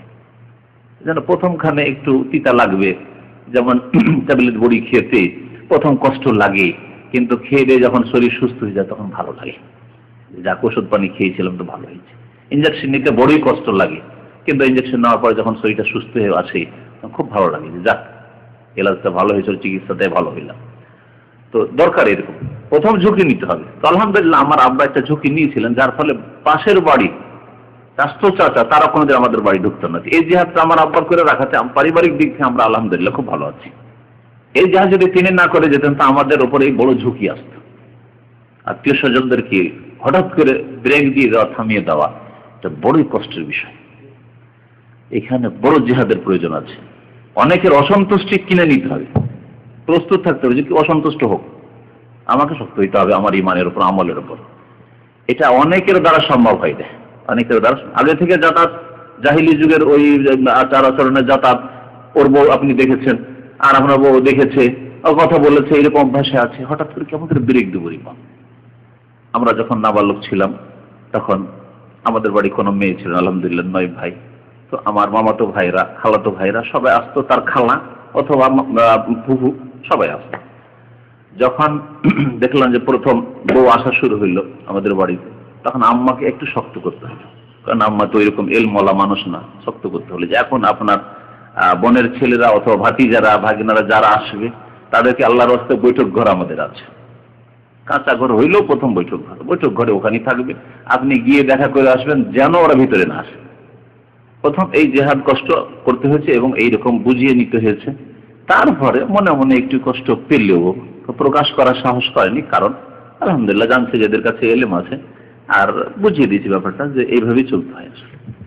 অনেকে এরকম বলে, আচ্ছা ওর বাড়ি ঢুকতে দিল না, আমাদের বাড়ি আসলে দেখবো। দেখিও, দেখো বাইরে আমাকে বসে, অসুবিধা, আমি তো খুশি হতে, আমি তো খুশি হতে। এই মশলাগুলি কিন্তু তিক্ত অভিজ্ঞতা না, প্রত্যেক কিন্তু এই সমস্যার সম্মুখীন। আমার খালার বাড়ি ছোটকালে ভিতরে ঢুকতাম, ওদের বউ যখন হয়ে গেছে, দেখলাম যে আমাদের বাড়ি এখন বউ আসায় ভাইদের আমাদের শুরু হয়ে গেছে। আমি গেলে ডাকে, ভিতরে চলে আসো খালাতো ভাই, ভিতরে চলে আসো, ভিতরে চলে আসো। খালাতো ভাই বড়, ওরা আগে থেকে ছোট থেকে গেছিল খালার বাড়ি, চলে আসো চলে আসো। না না না না, এখানে বসি, তোমরা এসো, বাইরে এসে গল্প করবো, এখানে ভালো লাগছে। এইরকম বাহানা করে ভিতরে যাব না, বাইরে বসলাম, এখানে তোমরা এসে গল্প করবো। আমি নিজে থেকেই গেলাম না, ও সুযোগই পাবে না যে ওদের বাড়ি ঢুকতে দেন, আবার আমাদের বাড়ি কেন ঢুকেছে। আপনি বললেও আমি ভিতরে ঢুকবো না। না না, এখানে বসে আসেন, এখানে আসেন, একটু বাইরে হাওয়া খাইয়া গল্প করি। ব্যাস। তাহলে নিজেকে একটু ইমানদার হইতে হবে। আবার নিজে যখন সামান্য একটু ডাকে না ডাকে, জানেন যে এদের বাড়ি পর্দাটা নেই, ভাই আছেন, ভালো আছেন বলে ঢুকে গেলেন, বাড়িতে আছেন কি, ঢুকে গেলেন। আর আপনার বাড়িতে আপনি পর্দা করবেন হবে, তখন তো বলার সুযোগ পাবে, তুমি আমার বাড়ি কেন ঢুকবে, তোমার বাড়ি ঢুকে দাও না। নিজে মজবুত হয়ে যান যে না, যে কাজটি জায়েজ নয়, যেখানে গেলে ফিতনার আশঙ্কা আছে, যেখানে গেলে মহিলাদের নজর পড়তে পারে, সেখানে আমি ঢুকবো না। নবী করিম সাল্লাল্লাহু আলাইহি সাল্লাম এর হাদিস, সাহাবারা কি বললেন যে আমাদেরকে বসতেই হবে রাস্তায়, মা লানা বুদ্দুন মিনহা। বৈঠক বলতে গিয়ে এতদূর চলে গেলাম, আমাদের কোনো উপায় নেই। ইন্নামা হিয়া মাজালিসুনা, এই রাস্তাই তো হচ্ছে আমাদের বৈঠকখানা, মজলিস, বসার জায়গা। আরবরা কিন্তু মজলিস ব্যবহার করছে। মজলিস রেজালি, পুরুষদের জন্য বসার ঘর যেটা আছে বাইরের দিকে, মহিলাদের জন্য একটু ভিতরের দিকে বসার ঘর আছে মজলিস নেসাই, এদের মহিলারা আলাদা বসবে, পুরুষরা আলাদা বসবে। আল্লাহ পাক দিয়েছেন সেই জন্য এরকম ব্যবস্থা করে। আমাদের দেশে যাদেরকে দিয়েছে তারাও ব্যবস্থা করে, ওই বেডরুমে নিয়ে গিয়ে মহিলা মেহমান হলে বেডরুমে ঢুকিয়ে দিল, আর ভিতরে সবকিছু দেখে ভালো মন্দ কত রকম মহিলা আসছে, আর সে সব গিয়ে বয়ান করবে তার স্বামীর সামনে, অন্যের সামনে। হ্যাঁ, তো কথা হচ্ছে যে এই যদি মেয়েদের জন্য একটা মজলিসের ব্যবস্থা করেন, বৈঠকখানা ভিতর দিকে, পুরুষদের জন্য বৈঠকখানার ব্যবস্থা করেন, যে মহিলারা আসলে এখানে বসে, যাতে বাড়িতে আমাদের ভাইয়েরা আছে, অন্য কোনো মহিলারা বাইরের মেহমান আছে তাদের নজর না পড়ে।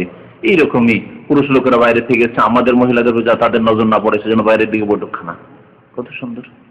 আরবদের প্রত্যেক বাড়িতে মজলিস রেজালি, মজলিস নেসাই, পুরুষদের বৈঠক আছে আর মহিলাদের বৈঠক ভিতরে আছে। এগুলি হচ্ছে আসলে পর্দার জন্য ব্যবস্থা, সুন্নতি তরিকা। বলছেন যে রাস্তাতে আমাদের বসতে হয় না, তাহাদ্দাসু ফিহা, সেখানে আমরা গল্প গুজব করি, কথাবার্তা বলতে হয়, আলাপ আলোচনা করতে হয়।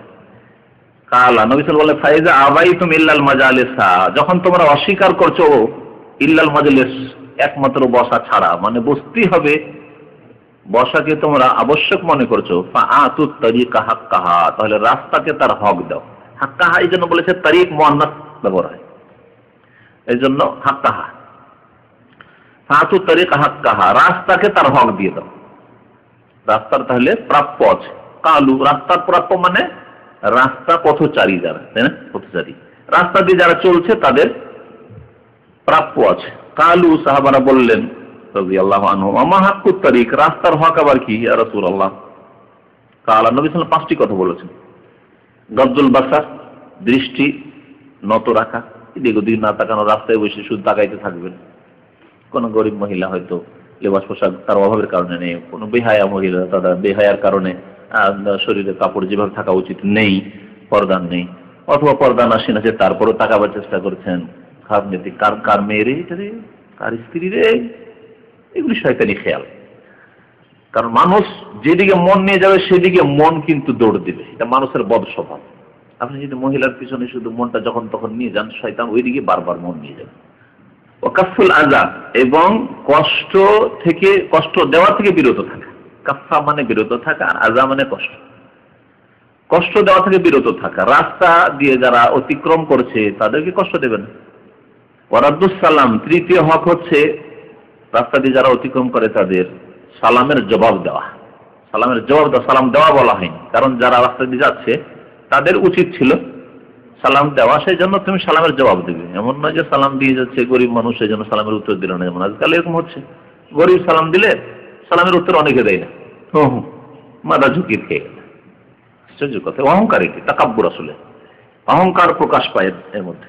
সালামের জবাব দেবে এবং সালামের জবাব উচ্চ স্বরে দেবে, যাতে করে ওর মনে কষ্ট না হয়।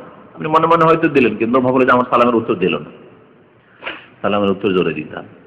সালাম যারা রাস্তা দিয়ে চলছে তারাই দেবে, এটা হচ্ছে তাদের উচিত। আর যারা বসে আছে তারা সালাম পাবে এবং সালামের জবাব দেবে। রদ্দুস সালাম মানে সালামের জবাব দেবে। কিন্তু এর ব্যতিক্রম উল্টো যদি করে তো জায়েজ আছে। বিশিষ্ট ব্যক্তি, বড় মুরব্বী, বাবা মা, বড় ভাই অথবা যে কেউ হোক, দিনের দিক দিয়ে, ইলমের দিক দিয়ে বড় ব্যক্তি রাস্তা দিয়ে চলছে, আপনি বসে থাকা সত্ত্বেও যে সালাম দিয়ে আসসালামু আলাইকুম, তাহলে ভালো কথা।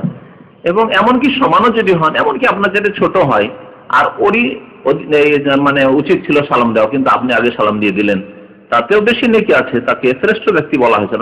খায়রুহুম আল্লাযী ইয়াবদাউ বিস-সালাম, দুইজনের শ্রেষ্ঠ ওই ব্যক্তি যে ব্যক্তি সালাম করবে, বিশেষ করে মনোমালিন্য যদি থাকে। ওই হাদিসে বলা হয়েছে 3 দিনের বেশি কারোর সাথে কথা বন্ধ রাখবে না। আর দেখা সাক্ষাৎ হয়ে গেলে উত্তম ব্যক্তি ওই ব্যক্তি যে ব্যক্তি আগে সালাম দিবে, সে হচ্ছে সবচেয়ে ভালো ব্যক্তি।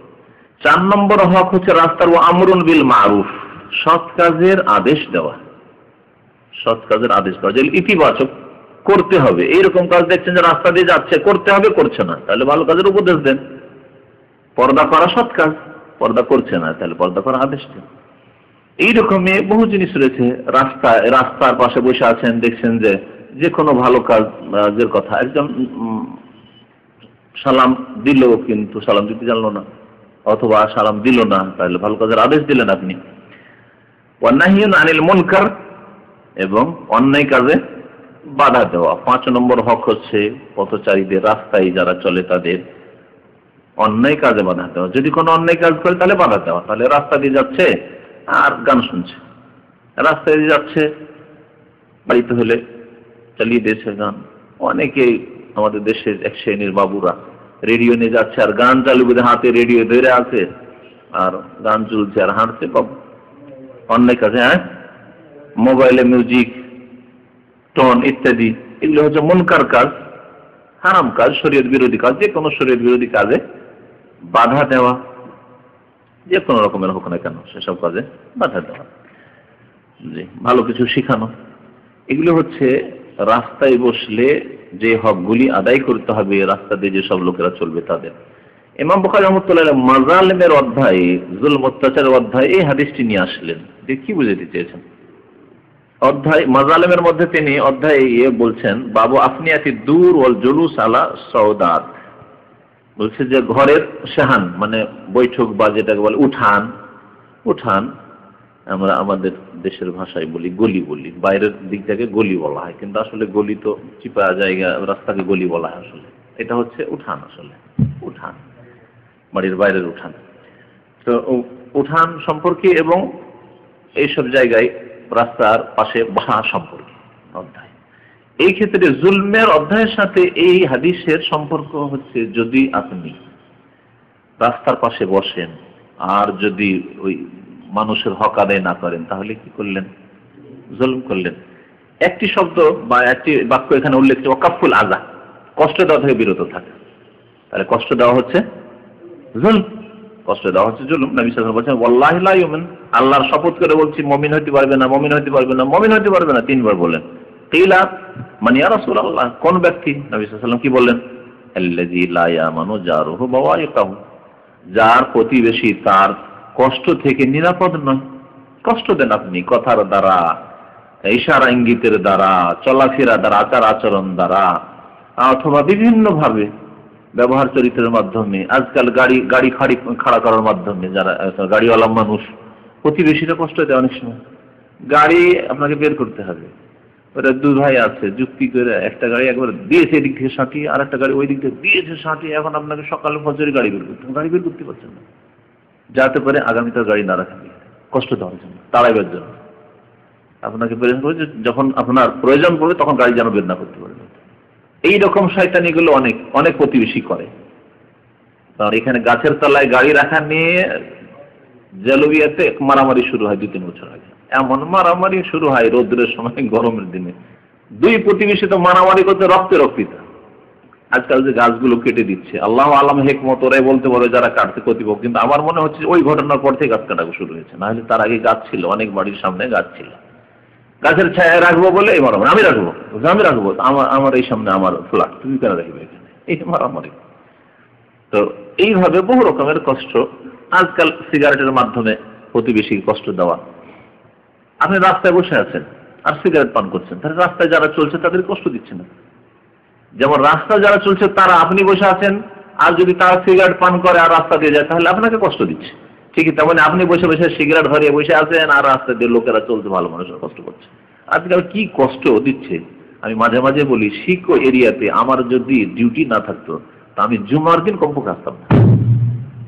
আর এমনিতে তো আমি 6 মাসও মনে হয় ঢুকি দিয়ে, 6 মাস 1 বছর কখনো ঢুকি না ভিতর দিকে। যদি না ঢুকে চলে, বড় যেখানে হয়ে গেছে যেতে হবে সেটা আলাদা কথা। তো ডিউটির জন্য আসতে হচ্ছে, আর ডেইলি নাক বন্ধ করা ছাড়া কোনো উপায় নেই। নাক বন্ধ করতে, মহিলাদের মতো নাক বন্ধ করে থাকতে হচ্ছে। করবো কি? কাল কিয়ামতে হাক্কুল ইবাদে যদি আল্লাহ ইখতিয়ার দেয় তাহলে এই বিড়ি খাওয়া লোকদের, সিগারেট পান করা লোকদের বিরুদ্ধে আমি অভিযোগ করে তাদের নেকি কেড়ে নেবো ইনশাআল্লাহ, মাফ করবো না। কারণ এই কষ্ট হাক্কুল ইবাদ, বান্দার হক নষ্ট করা। কেন? সে তার শরীর নষ্ট করে, স্বাস্থ্য নষ্ট করলো, আমার শরীর ক্ষতি করার কারণ কেন? পরিবেশ দূষিত করে, এটা হাক্কুল ইবাদ, বান্দার হক। এই বিষয়টি কাল কিয়ামতে আমার মতো, আমি না একজন দিনদার হয়তো নয়, নগণ্য হইতে পারি, কিন্তু অনেক আল্লাহওয়ালা লোকেরা রয়েছে তাদেরকে আমরা চিনি না, সেই লোকগুলিকে কষ্ট দেওয়া হচ্ছে বিড়ি সিগারেট ধূমপানের মাধ্যমে।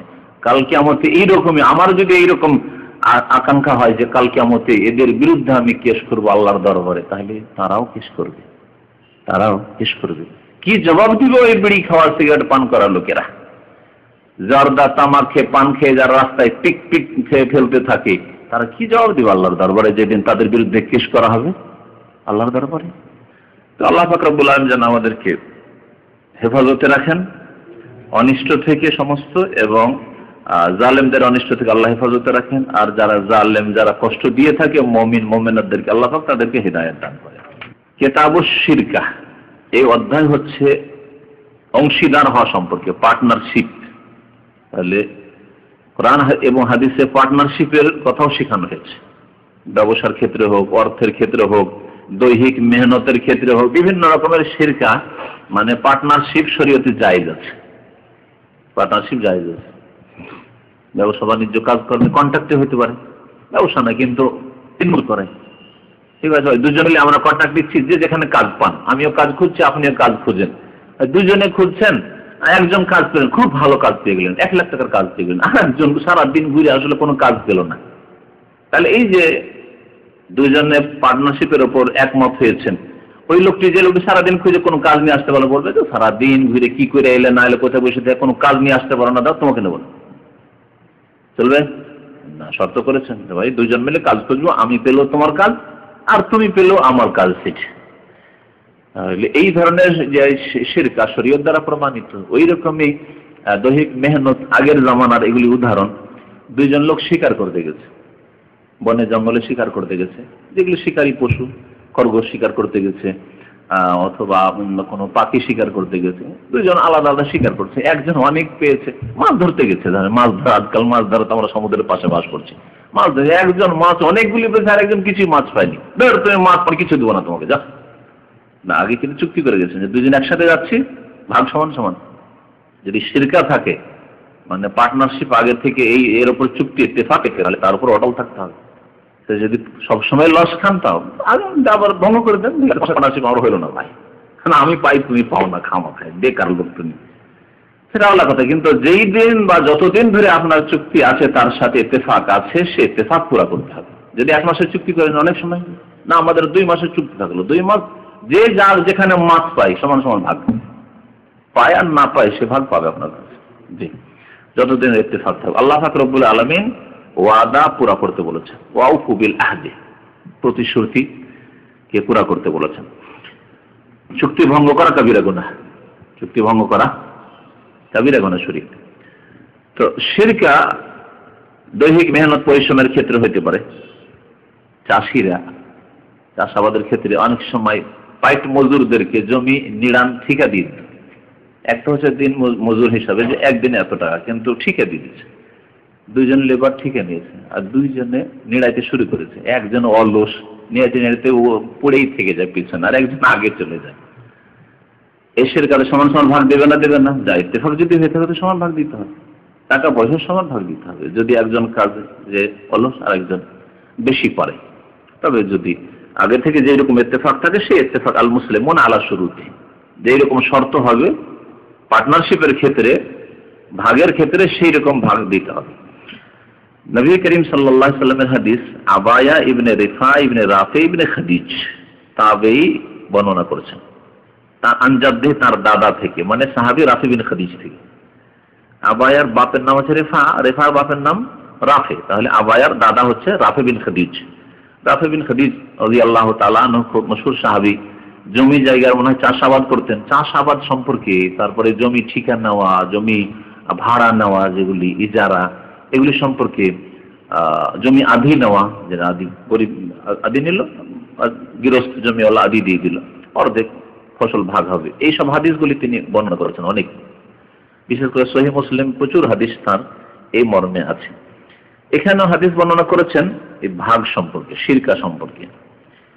কাল কুন্না মা নবী সাল্লাল্লাহু আলাইহি সাল্লাম বিযুল হুলাইফা, আমরা নবী সাল্লাল্লাহু আলাইহি ওয়াসাল্লামের সাথে যুল হুলাইফায় ছিলাম। যুল হুলাইফার নাম কি এখন? যুল হুলাইফা কোন জায়গায়? কোথায় চলে গেল? যুল হুলাইফা কোথায়? প্রথম কথা, মক্কায় না মদিনায়? মদিনার মিকাত যুল হুলাইফা। মদিনা থেকে যখন ইহরাম বেঁধে যাবেন হজ উমরার উদ্দেশ্যে, তখন ইহরাম বাঁধবেন মিকাত যুল হুলাইফায়। ইউহিল্লু আহলুল মদিনা মিন যুল হুলাইফা, মদিনাবাসীরা বা মদিনা দিয়ে যারা যাবে তারা যুল হুলাইফাতে ইহরাম বাঁধবে। যুল হুলাইফার এখন নতুন নাম হচ্ছে আবিয়ারে আলী, আবিয়ারে আলী। এই যুল হুলাইফায় নবী সাল্লাল্লাহু আলাইহি ওয়াসাল্লাম আমরা ছিলাম। আসাবান নাসা জুউন, লোকজনকে খুব খিদা লেগেছিল। জু মানে খিদা, বেশি ক্ষুধার্ত হয়েছিলেন। ফাসাবু ইবলান ওয়া গানামান, তারা পেয়েছিলেন উট এবং ছাগল, এগুলো গনিমতে পেয়েছিলেন। তাহলে গনিমতের ভাগ, এই যে শিরকা। জিহাদ ফি সাবিলিল্লাহ, জিহাদে গেছেন, একজন জিহাদ করে অনেককে হতাহত করতে পেরেছে, তারপরে আবার যখন পালাতে শুরু করেছে শত্রুরা, তখন অনেক তাদের ধন সম্পদ সংগ্রহ করতে পেরেছে, জমা করতে পেরেছে। আরেকজন কিছু করতে পারেনি, কিন্তু সাথে ছিল। ফিরে আসছে, তখন ভাগ হবে। গনিমতের ধন সম্পদ ভাগ হয় না, হবে না? ভাগ হবে।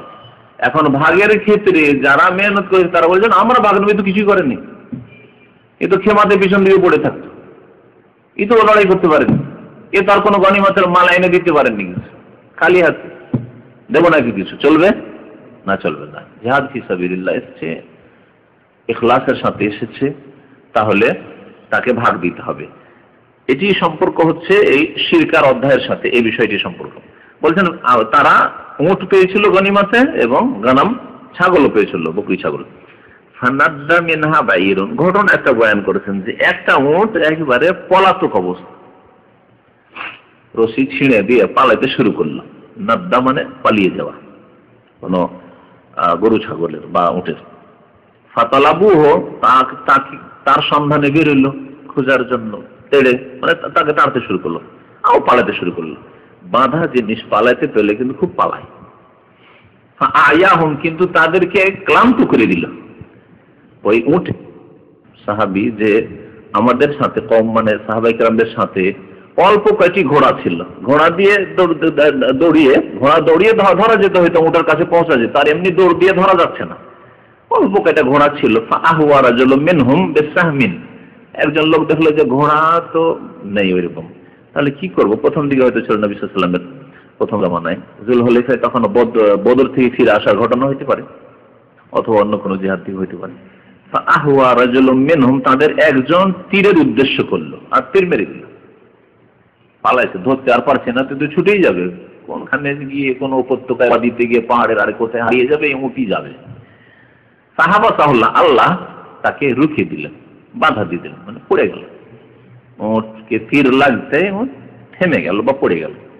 সুম্মা ক্বালা, তারপরে নবী সাল্লাল্লাহু আলাইহি ওয়াসাল্লাম বলে, ইন্না লিহাযিহিল বাহাইম আওয়াবিদা কা আওয়াবিদিল ওয়াহশী, এই যে চতুষ্পদ জন্তু, বাহাইম মানে যেগুলো গৃহপালিত পশু, চতুষ্পদ জন্তু গৃহপালিত, বিশেষ করে গৃহপালিত পশু, পোষ মানে, কিন্তু অনেক সময় আবার পালাতে শুরু করে কেমন, জঙ্গলি পশুর মতো। ওয়াহশ মানে ওয়াহশী জানোয়ার, যেগুলো মানে জঙ্গলি পশু, যেগুলো পোষ মানে না। আওয়াবিদিল ওয়াহশী, এই সব গৃহপালিত পশুর কি আছে, আওয়াবিদ মানে হতকারিতা আছে, অনেক সময় পোষ মানতে চায় না। আওয়াবিদিল ওয়াহশ, জঙ্গলি পশুর মতো, বন্য পশুর মতো, জঙ্গলি পশুর মধ্যে যেগুলো শিকারযোগ্য, যেমন নীলগাই, খরগোশ, মানুষ দেখলে পালাবে না, পালাবে না, হরিণ, শিকারী পশু ওই রকমই পালাতে শুরু করে অনেক সময় এই গৃহপালিত পশুগুলি। ফাইন গালাবাকুম মিনহা, তাদের কোন একটি যদি তোমাদেরকে পরাজিত করে দেয়, যে আর পারছি না, পরাস্ত করে দিল, না পারা হয়ে গেল, ধরতে পারছি না, গরু পালাতে শুরু করেছে, ধরতে পারছে না, বকরি খাসি পালাতে শুরু করেছে, ধরতে পারছে না, ফাসনাও বিহি হাকাজা, তার সাথে এইরকমই করো, মানে দেও তীর মেরে। নবী সাল্লাল্লাহু আলাইহি ওয়াসাল্লাম শিখিয়ে দিলেন, তীর মেরে রক্ত প্রবাহিত করে দাও, রক্ত প্রবাহিত করে দিলে পড়ে যাবে, যদি মরেও যায় রক্ত প্রবাহিত হলে হালাল হয়ে যাবে, বিসমিল্লাহ বলে তীর ছেড়ে দাও। আর যদি বেঁচে থাকে তখন সুন্নতি জবাই করবে গলাতে, হালাতে। ফাকালা জাদ্দি, আমার দাদা, এবার বলছেন আমার দাদা বলছেন, ইন্না নারজু আও নাখাফুল আদু ওয়া গাদান। নবী সাল্লাল্লাহু আলাইহি ওয়াসাল্লামকে একটি মাসলা জিজ্ঞেস করছেন যে, হে আল্লাহর রাসূল, আমরা আশা রাখছি, নারজু আমরা আশা রাখছি অথবা আশঙ্কা করছি, কিসের, যে আল আদু ওয়া গাদান, আগামীকালকে শত্রুর সাথে সাক্ষাৎ হবে, এরকম আশা রাখছি যে আগামীকালকে শত্রুর সাথে সাক্ষাৎ হবে, অথবা আশঙ্কা করছি যে শত্রুর সাথে সাক্ষাৎ হবে, মানে সম্মুখীন হবো শত্রুর। ওয়ালাইসা মা'ানা মুদান বা মুদিয়ান, মুদান আসলে মুদিয়ান হইল আলিফিদ, আর আমাদের কাছে কোনো ছুরি নেই, সিকিন মানে ছুরি, আর আল মুদিয়াত মানেও ছুরি, এটা একটু শক্ত ভাষা বলা হয়েছে। আফানাজ বিল কাসাব, তাহলে বাঁশ দিয়ে জবাই করতে পারবো, কাসাব মানে বাঁশ, কাসাব মানে বাঁশ, আর এই কুষার গুলিকে আঁখকে কাসবুস সুক্কার বলে, মিষ্টি মিষ্টি বাঁশ, কাসাব মানে বাঁশ, আর মিষ্টি সুক্কার মানে মিষ্টি, মিষ্টি বাঁশ। দেখেছেন লেখা, দেখবেন আপনার বাড়ির কাছে আছে, বাসার কাছে। বাঁশ দিয়ে, বাঁশের বাতি দিয়ে জবাই করতে পারবো কিনা? নবী সাল্লাল্লাহু আলাইহি ওয়াসাল্লাম বললেন, মা আনহারাদ দাম, ছুরি হওয়া জরুরি নয়, চাকু হওয়া জরুরি নয়, মা আনহারাদ দাম, যা রক্ত প্রবাহিত করে, যে কোনো জিনিস ধারালো যদি হয়, আর রক্ত ধারালো হইতে হবে, তাহলে রক্ত প্রবাহিত করার জন্য কি হইতে হবে, ধারালো হইতে হবে, তাহলে পাথর মারলে হবে না, ঢেলা মারলে হবে না। ওয়াযকিরা ইসমুল্লাহ আলাইহি, এবং তার সাথে সাথে আল্লাহর নাম যদি তার উপর নেওয়া হয়, বিসমিল্লাহ বলে, বিসমিল্লাহ বলা ফরজ, আর বিসমিল্লাহর সাথে আল্লাহু আকবার বলা সুন্নাত। বিসমিল্লাহ আল্লাহু আকবার বলে দিয়ে আপনি যে কোনো জিনিস দিয়ে আঘাত করেন, ধারালো হইতে হবে, ধারালো হইতে হবে। ফাকুলুহু, যদি মরেও যায় তবু খেয়ে নাও, কারণ বিসমিল্লাহ বলে রক্ত প্রবাহিত করে দিয়েছো। কিন্তু দেখো, ধারালোর মধ্যে দুটি ধারালো বস্তু আছে, তা দিয়ে জবাই করবে না, তা দিয়ে আঘাত করবে। লাইসা সিন্না ওয়া যুফরা, লাইসা মানে ইল্লা, ব্যতিক্রম হচ্ছে কি, সিন দাঁত নয়, বড় দাঁত, কোন পশুর দাঁত কি একবার তেজ ধারালো করে রেখেছে না, দাঁত দিয়ে দিলেন, হাতের দাঁত হতে পারে, অথবা ধরে দেখছে হাতে ধরতে পারছে না, দাঁতের দিল কামড় দিয়ে রক্ত বের করে দিল, যদি হয় মানুষের দাঁত দিয়ে, দাঁত চলবে না ব্যবহার করা। ওয়াল যুফর, এবং নখ ব্যবহার করে চলবে না, নখ বড় বড় করে রেখেছে আজকালকার খাসেকদের মতো, এই বড় নখ করে রেখেছে, আর নখ দিয়ে দিল, আঘাত করে রক্ত বের করে দিল, কোনো জানোয়ারের, সে মুরগির হোক অথবা ছাগলের হোক আর গরুর হোক অন্য কিছুর হোক। তাহলে যদি নখের অস্ত্র থাকে অথবা কিসের দাঁতের অস্ত্র থাকে তাহলে তা দিয়ে জবাই করা জায়েজ নয়, এই হাদিস প্রমাণ করে। আর এই সম্পর্কে তোমাদেরকে আমি বর্ণনা দিচ্ছি বা হাদিস বয়ান করছি কেন চলবে না, দাঁত দিয়ে কেন জবাই করা যাবে না। দাঁতের অস্ত্র তৈরি করা অস্ত্র, এইরকমের নখ দিয়ে তৈরি করা অস্ত্র যদি হয়, চাকুর মতো করে লম্বা নখ দিয়ে বানিয়ে রেখেছে, তাদের যদি জখম করে বা জবাই করে চলবে না। কেন? আম্মা সিন্ন, দাঁত, আজমুন, দাঁত হচ্ছে হাড়, হাড্ডি, আর হাড্ডি দিয়ে জবাই করা নিষেধ। ও আম্মা জুফরো, নখ দিয়ে জবাই করা কেন চলবে না? এই জন্য সামুদ আল হাবসা, হাবশি আফ্রিকানদের ছুরি বা চাকু হচ্ছে অস্ত্র, হচ্ছে নখ। তারা নখকে প্রাচীন যুগে সুন্দর করে তারা অস্ত্র তৈরি করত, আর তারা ছিল কাফের। সুতরাং কাফেররা যে অস্ত্র ব্যবহার করে নখের অস্ত্র, সেই অস্ত্র দিয়ে বা যা দিয়ে জবাই করে তা দিয়ে তোমরা জবাই করবে না, কারণ সেটি কাফেরদের বিজাতির সাদৃশ্যতা হবে। আর মান তাশাব্বাহা বিকওমিন ফাহুয়া মিনহুম, যদি কোনো বিজাতির কেউ সাদৃশ্যতা অবলম্বন করে, তাশাব্বুহ করে, তাদের মতো হয়, তাহলে তাদের অন্তর্ভুক্ত হয়ে যাবে। সেজন্য নবী সাল্লাল্লাহু আলাইহি ওয়াসাল্লাম নিষেধ করেছেন। তাহলে দুটি কারণ বয়ান করলেন যে নখ দিয়ে কেন জবাই করা যাবে না আর হাড্ডি দিয়ে জবাই করা কেন যাবে না। শরীক হওয়ার সাথে সম্পর্ক, যে তারা এই যে উটে এবং বকরিতে শরীক হয়েছিলেন, এই হচ্ছে সম্পর্ক।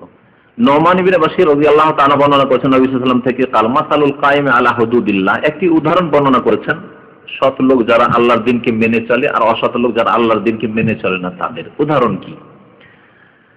বলছেন মাসালুল কায়েম আলা হুদুদিল্লাহ, ওই লোকের উদাহরণ যেই ব্যক্তি আল্লাহর সীমানার উপর অটল, আল্লাহর যে বর্ডার আছে হালাল এরিয়া, তার মধ্যে অটল। আমি হালাল খাবো, হালাল চলবো, ফরজ ওয়াজিব আদায় করবো, গুনাহ থেকে বেঁচে থাকবো, এটা হচ্ছে আল্লাহর সীমানা।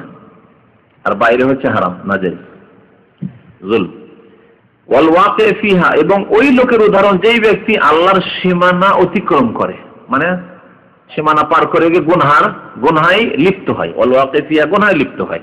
কামাসালে কওমিন, ওই জাতির মতো এদের উদাহরণ। ইস্তাহামু আলা সাফিনা, যারা পানি জাহাজে কি করলো? কোরআ করলো। ইস্তেহাম সাহাম থেকে, সাহাম মানে কার নাম আসে, সিট হচ্ছে 100 কিন্তু প্যাসেঞ্জার হচ্ছে 150, এখন কি করা যাবে? হ্যাঁ, লটারিতে যার নাম আসে, সহজ ভাষা বোঝাবার জন্য লটারি, যদি আজকাল লটারি মানে জুয়া হয়ে যাচ্ছে, কিন্তু ওই জুয়া নয়, এটা হচ্ছে ভাগ্য নির্ণয় করা। ভাগ্য নির্ণয় করে যে কার ভাগ্যে আসে, কারণ সবাই দাবিদার এবং সবাই একসাথে জুটে গেছে, করবেন কেউ। আর এই নয় যে এটা ওই ফলমূল কিছু কেটে ভাগ করে খাওয়ার মতো, যে ভাগ করে খাবো তাও নয়, তাই না? ভাগ করে খাওয়ার মতো হইলে ঠিক আছে। আমাদের কাছে এখন 50টা এখানে অরেঞ্জ এসছে আর আছে আমরা 80টা, তাহলে কেটে কেটে ভাগ করে ভাগ যোগে খেতে পারবো। এখানে আমাদের ওই লটারি করার দরকার নেই, তাই না? করা জায়েজ আছে না নেই? এই ক্ষেত্রে যদি বাকিগুলোকে রাজি করে না যায় তাহলে জায়েজ আছে, না হলে জায়েজ নাই। আমরাও তো এসছি, কেন আপনারা এই লটারি করবেন আর আমাদের কিছু লোককে মারুন রাখবেন না? কেটে খাওয়া, কাটার যেখানে সুযোগ সুবিধা আছে সেখানে আর মানে লটারি করা জরুরি নাই। হ্যাঁ, পরবর্তী থাকলে করা যেতে পারে, যার ভাগ্যে আসবে। আপনার ভাগ্যে আসলে নেন, অসুবিধা নেই, আমার ভাগ্যে না আসলে অসুবিধা নেই। কিন্তু এই ক্ষেত্রে সওয়ারির সিটি আছে 100 জন, তার বেশি ধরবেন না, তার বেশি 150 জন চাপলে ডুবিয়ে দিবে, সব ডুবে মরবে। তাহলে কি করতে হবে? ইস্তাহমা আলা সাফিনা, জলজাহাজে, পানি জাহাজে তারা কি করলো? কোরআ করলো, ভাগ্য নির্ণয় করলো যে কার ভাগ্যে আসে। ফাসাবা বাযহুম, তারপর এই ভাগ্য নির্ণয় এতে হতে পারে সবাই বলছে আমি উপর তলায় থাকবো। এখন উপর তলায় 50 জন, নিচে 50 জন, 50 জনকে নিচে আসতে হবে। তাহলে কি করতে হবে? ভাগ্য নির্ণয় করতে হবে। আজকাল ভালো ভালো সিটের ক্ষেত্রে ফ্লাইটে, প্লেনে অথবা ট্রেনে যে সফর বা বাসে সফর, আমার সামনের দিকে দেবো, সামনের দিকে সিস্টেম হতে যে আগে আসবে, বুকিং এ আগে যে আসবে নিতে পারবে, ব্যাস। আর সিট নেই, পিছনে আছে, নেবেন না যান। আসাবা বাযহুম আলাহা, কিছু লোকেরা উপরে আসলো 2 তলায়, ওয়া বাযহুম আসফালাহা, কিছু লোকেরা নিচে আসলো, নিচে তাদের সিট পড়লো ওই কোরআ করে। ফাকানাল্লাযীনা ফি আসফালিহা, যারা নিচে ছিল, ইযাস্তাকাউ মিনাল মাই, পানি যখন তারা পান করার জন্য যেত, মিষ্টি পানি কিন্তু উপরে আছে, সমুদ্রে সফর হচ্ছে তো, নিচে তো লোনা পানি, ওখানে আর মিষ্টি পানি নেই, পানি উপরে রাখা আছে, পান করার পানি উপরে রাখা আছে। মারু আলা মান ফাওকাহুম, যারা উপরে আছে তাদের হয়ে অতিক্রম করছে, যাচ্ছে উপরে, পানি ওখান থেকে আনছে, যাওয়া আসা করলে একটু বিরক্তি বোধ করছে উপরের লোকেরা। কেন ওদেরকে বিরক্ত করবো, আর আমরাই কেন সিঁড়ি বয়ে উপরে যাবো আর পানি নিয়ে আসবো, নিচে তো পানি আছে, এটা দিয়ে কাজ চালাবো। নিচে তো সমুদ্রে পানি আছে, নদীতে পানি আছে, পদ্মাতে, এখান থেকে দিব, ফেরিতে যাচ্ছেন হয়তো। হ্যাঁ, বলছে যে ফাকালু, তারা বলল, লাউ আন্না খারাকনা ফি নাসিবিনা খারাকান, আমাদের যে ভাগ নিচতলা আছে এখানে যদি আমরা ছিদ্র করে দিই, ফুটো করে দিই, ওয়ালাম নুলজি মান ফাওকানা, যারা উপরে আছে ওদেরকে কষ্ট যদি আমরা না দিই তাহলে তো ভালো। তো কেন আমরা কষ্ট দিতে যাবো, নিচে ফুটো করে দিই। ফাইয়াতরুকুহুম ওয়া মা আরাদু, তাদেরকে যদি ছেড়ে দেয় তাদের ইচ্ছার উপর, যে ইচ্ছা করেছিল, কি ইচ্ছা করেছিল, নিচে ফুটো করে পানিতে নিচে থেকে নিয়ে নেবো। কত মূর্খ, নিচে থেকে ফুটো করে নেবে। ওই রকম গুনাহগার পাপিষ্ঠরা মূর্খ। বলছেন উদাহরণ, সমাজকে ফুটো করছে পাপ করে করে, ওই রকম মূর্খ যেমন 2 তলা জাহাজে যাচ্ছেন, ফেরিতে যাচ্ছে, আর নিচে তারা ফেরির বোকা লোকেরা বলছে এখানে ফুটো করে এখানে পানি নেবো, তোমাদের উপরে পানি নেওয়া দরকার কেন? এ বোকা বুঝছে না যে নিচে ফুটো করলে আমরা আগে ডুববো, তারপরে 2 তলার লোকেরা ডুববে, এটা বুঝছে না। ওই রকমই সমাজের পাপিষ্ঠরা ওইরকমই নিচে ছিদ্র করে, মানে সমাজে পাপ গুনাহ অন্যায় এই কাজ করে, নামাজ ছেড়ে পাপ করে নিজেরা হালাক হবে আগে, আর নেক লোকেরাও যদি ওই সমাজে বেঁচে থাকে তারাও হালাক হবে। বলছেন যে ওপর তলায় যেসব লোকেরা আছে তাদেরকে যদি ছেড়ে দেয় তাদের ইচ্ছার উপর, হালাকু জামিআন, তাহলে ধ্বংস হবে সকলেই। নিচের তলার লোকেরা যারা ছিদ্র করলো তারাও মরবে, আর উপর তলার লোকেরাও মরবে। ওয়াইন আখাযু আলা আইদিহিমা, তাদের হাত যদি ধরে নেই, হাত ধরা মানে কাকুতি মিনতি করে ধরাও হইতে পারে, রিকোয়েস্ট করে, অনুরোধ করে, আর একটা জবরদস্তি, না ছিদ্র করতে দেবো না, দেখো ছিদ্র করে নাচ করতে দেবো না, বল প্রয়োগ করা। তাহলে বোঝা গেল যে আমর বিল মারুফ, সৎ কাজের আদেশ দেওয়ার ক্ষেত্রে, অন্যায় কাজে, সমাজে অন্যায় পাপের কাজ হচ্ছে বাধা দেওয়ার ক্ষেত্রে বল প্রয়োগ করতে হবে, আর না হলে যদি বল প্রয়োগ করার ক্ষমতা না থাকে তাহলে অনুরোধ, কাকুতি মিনতি, যে বাবা তোমরা পাপ করো না, বাবা তোমরা নামাজ ছাড়িও না, বাবা তোমরা জেনা ব্যভিচার ছড়াইও না, অশ্লীলতা ছড়াইও না, ব্লু ফিল্ম ছড়াইও না। বল প্রয়োগ করার ক্ষমতা তাহলে বল প্রয়োগ করে, যেমন আলহামদুলিল্লাহ হায়াতুল আমর বিল মারুফ এখানে আছে সৌদি আরবে সরকারের পক্ষ থেকে, এবং শিকোতে যেসব ব্লু ফিল্মের সিডি রেকর্ড হচ্ছে তাদের খবর পেলে সেখানে রেড করছে এবং বল প্রয়োগ করে তাদেরকে ধরে নিয়ে যাচ্ছে। কত লোক জেলে আছে, শাস্তি হচ্ছে তাদের, মাঝে মাঝে বন্ধ হচ্ছে, আবার শয়তানেরা মারচানা দিচ্ছে। বল প্রয়োগের ক্ষমতা আছে, বল প্রয়োগ করে বাধা দিচ্ছে এরা। যে আমরা বল প্রয়োগ করার কর্তৃপক্ষ না, আমরা হচ্ছি দাওয়াতি কর্তৃপক্ষ, আমরা ওয়াজ উপদেশ দেওয়া কর্তৃপক্ষ।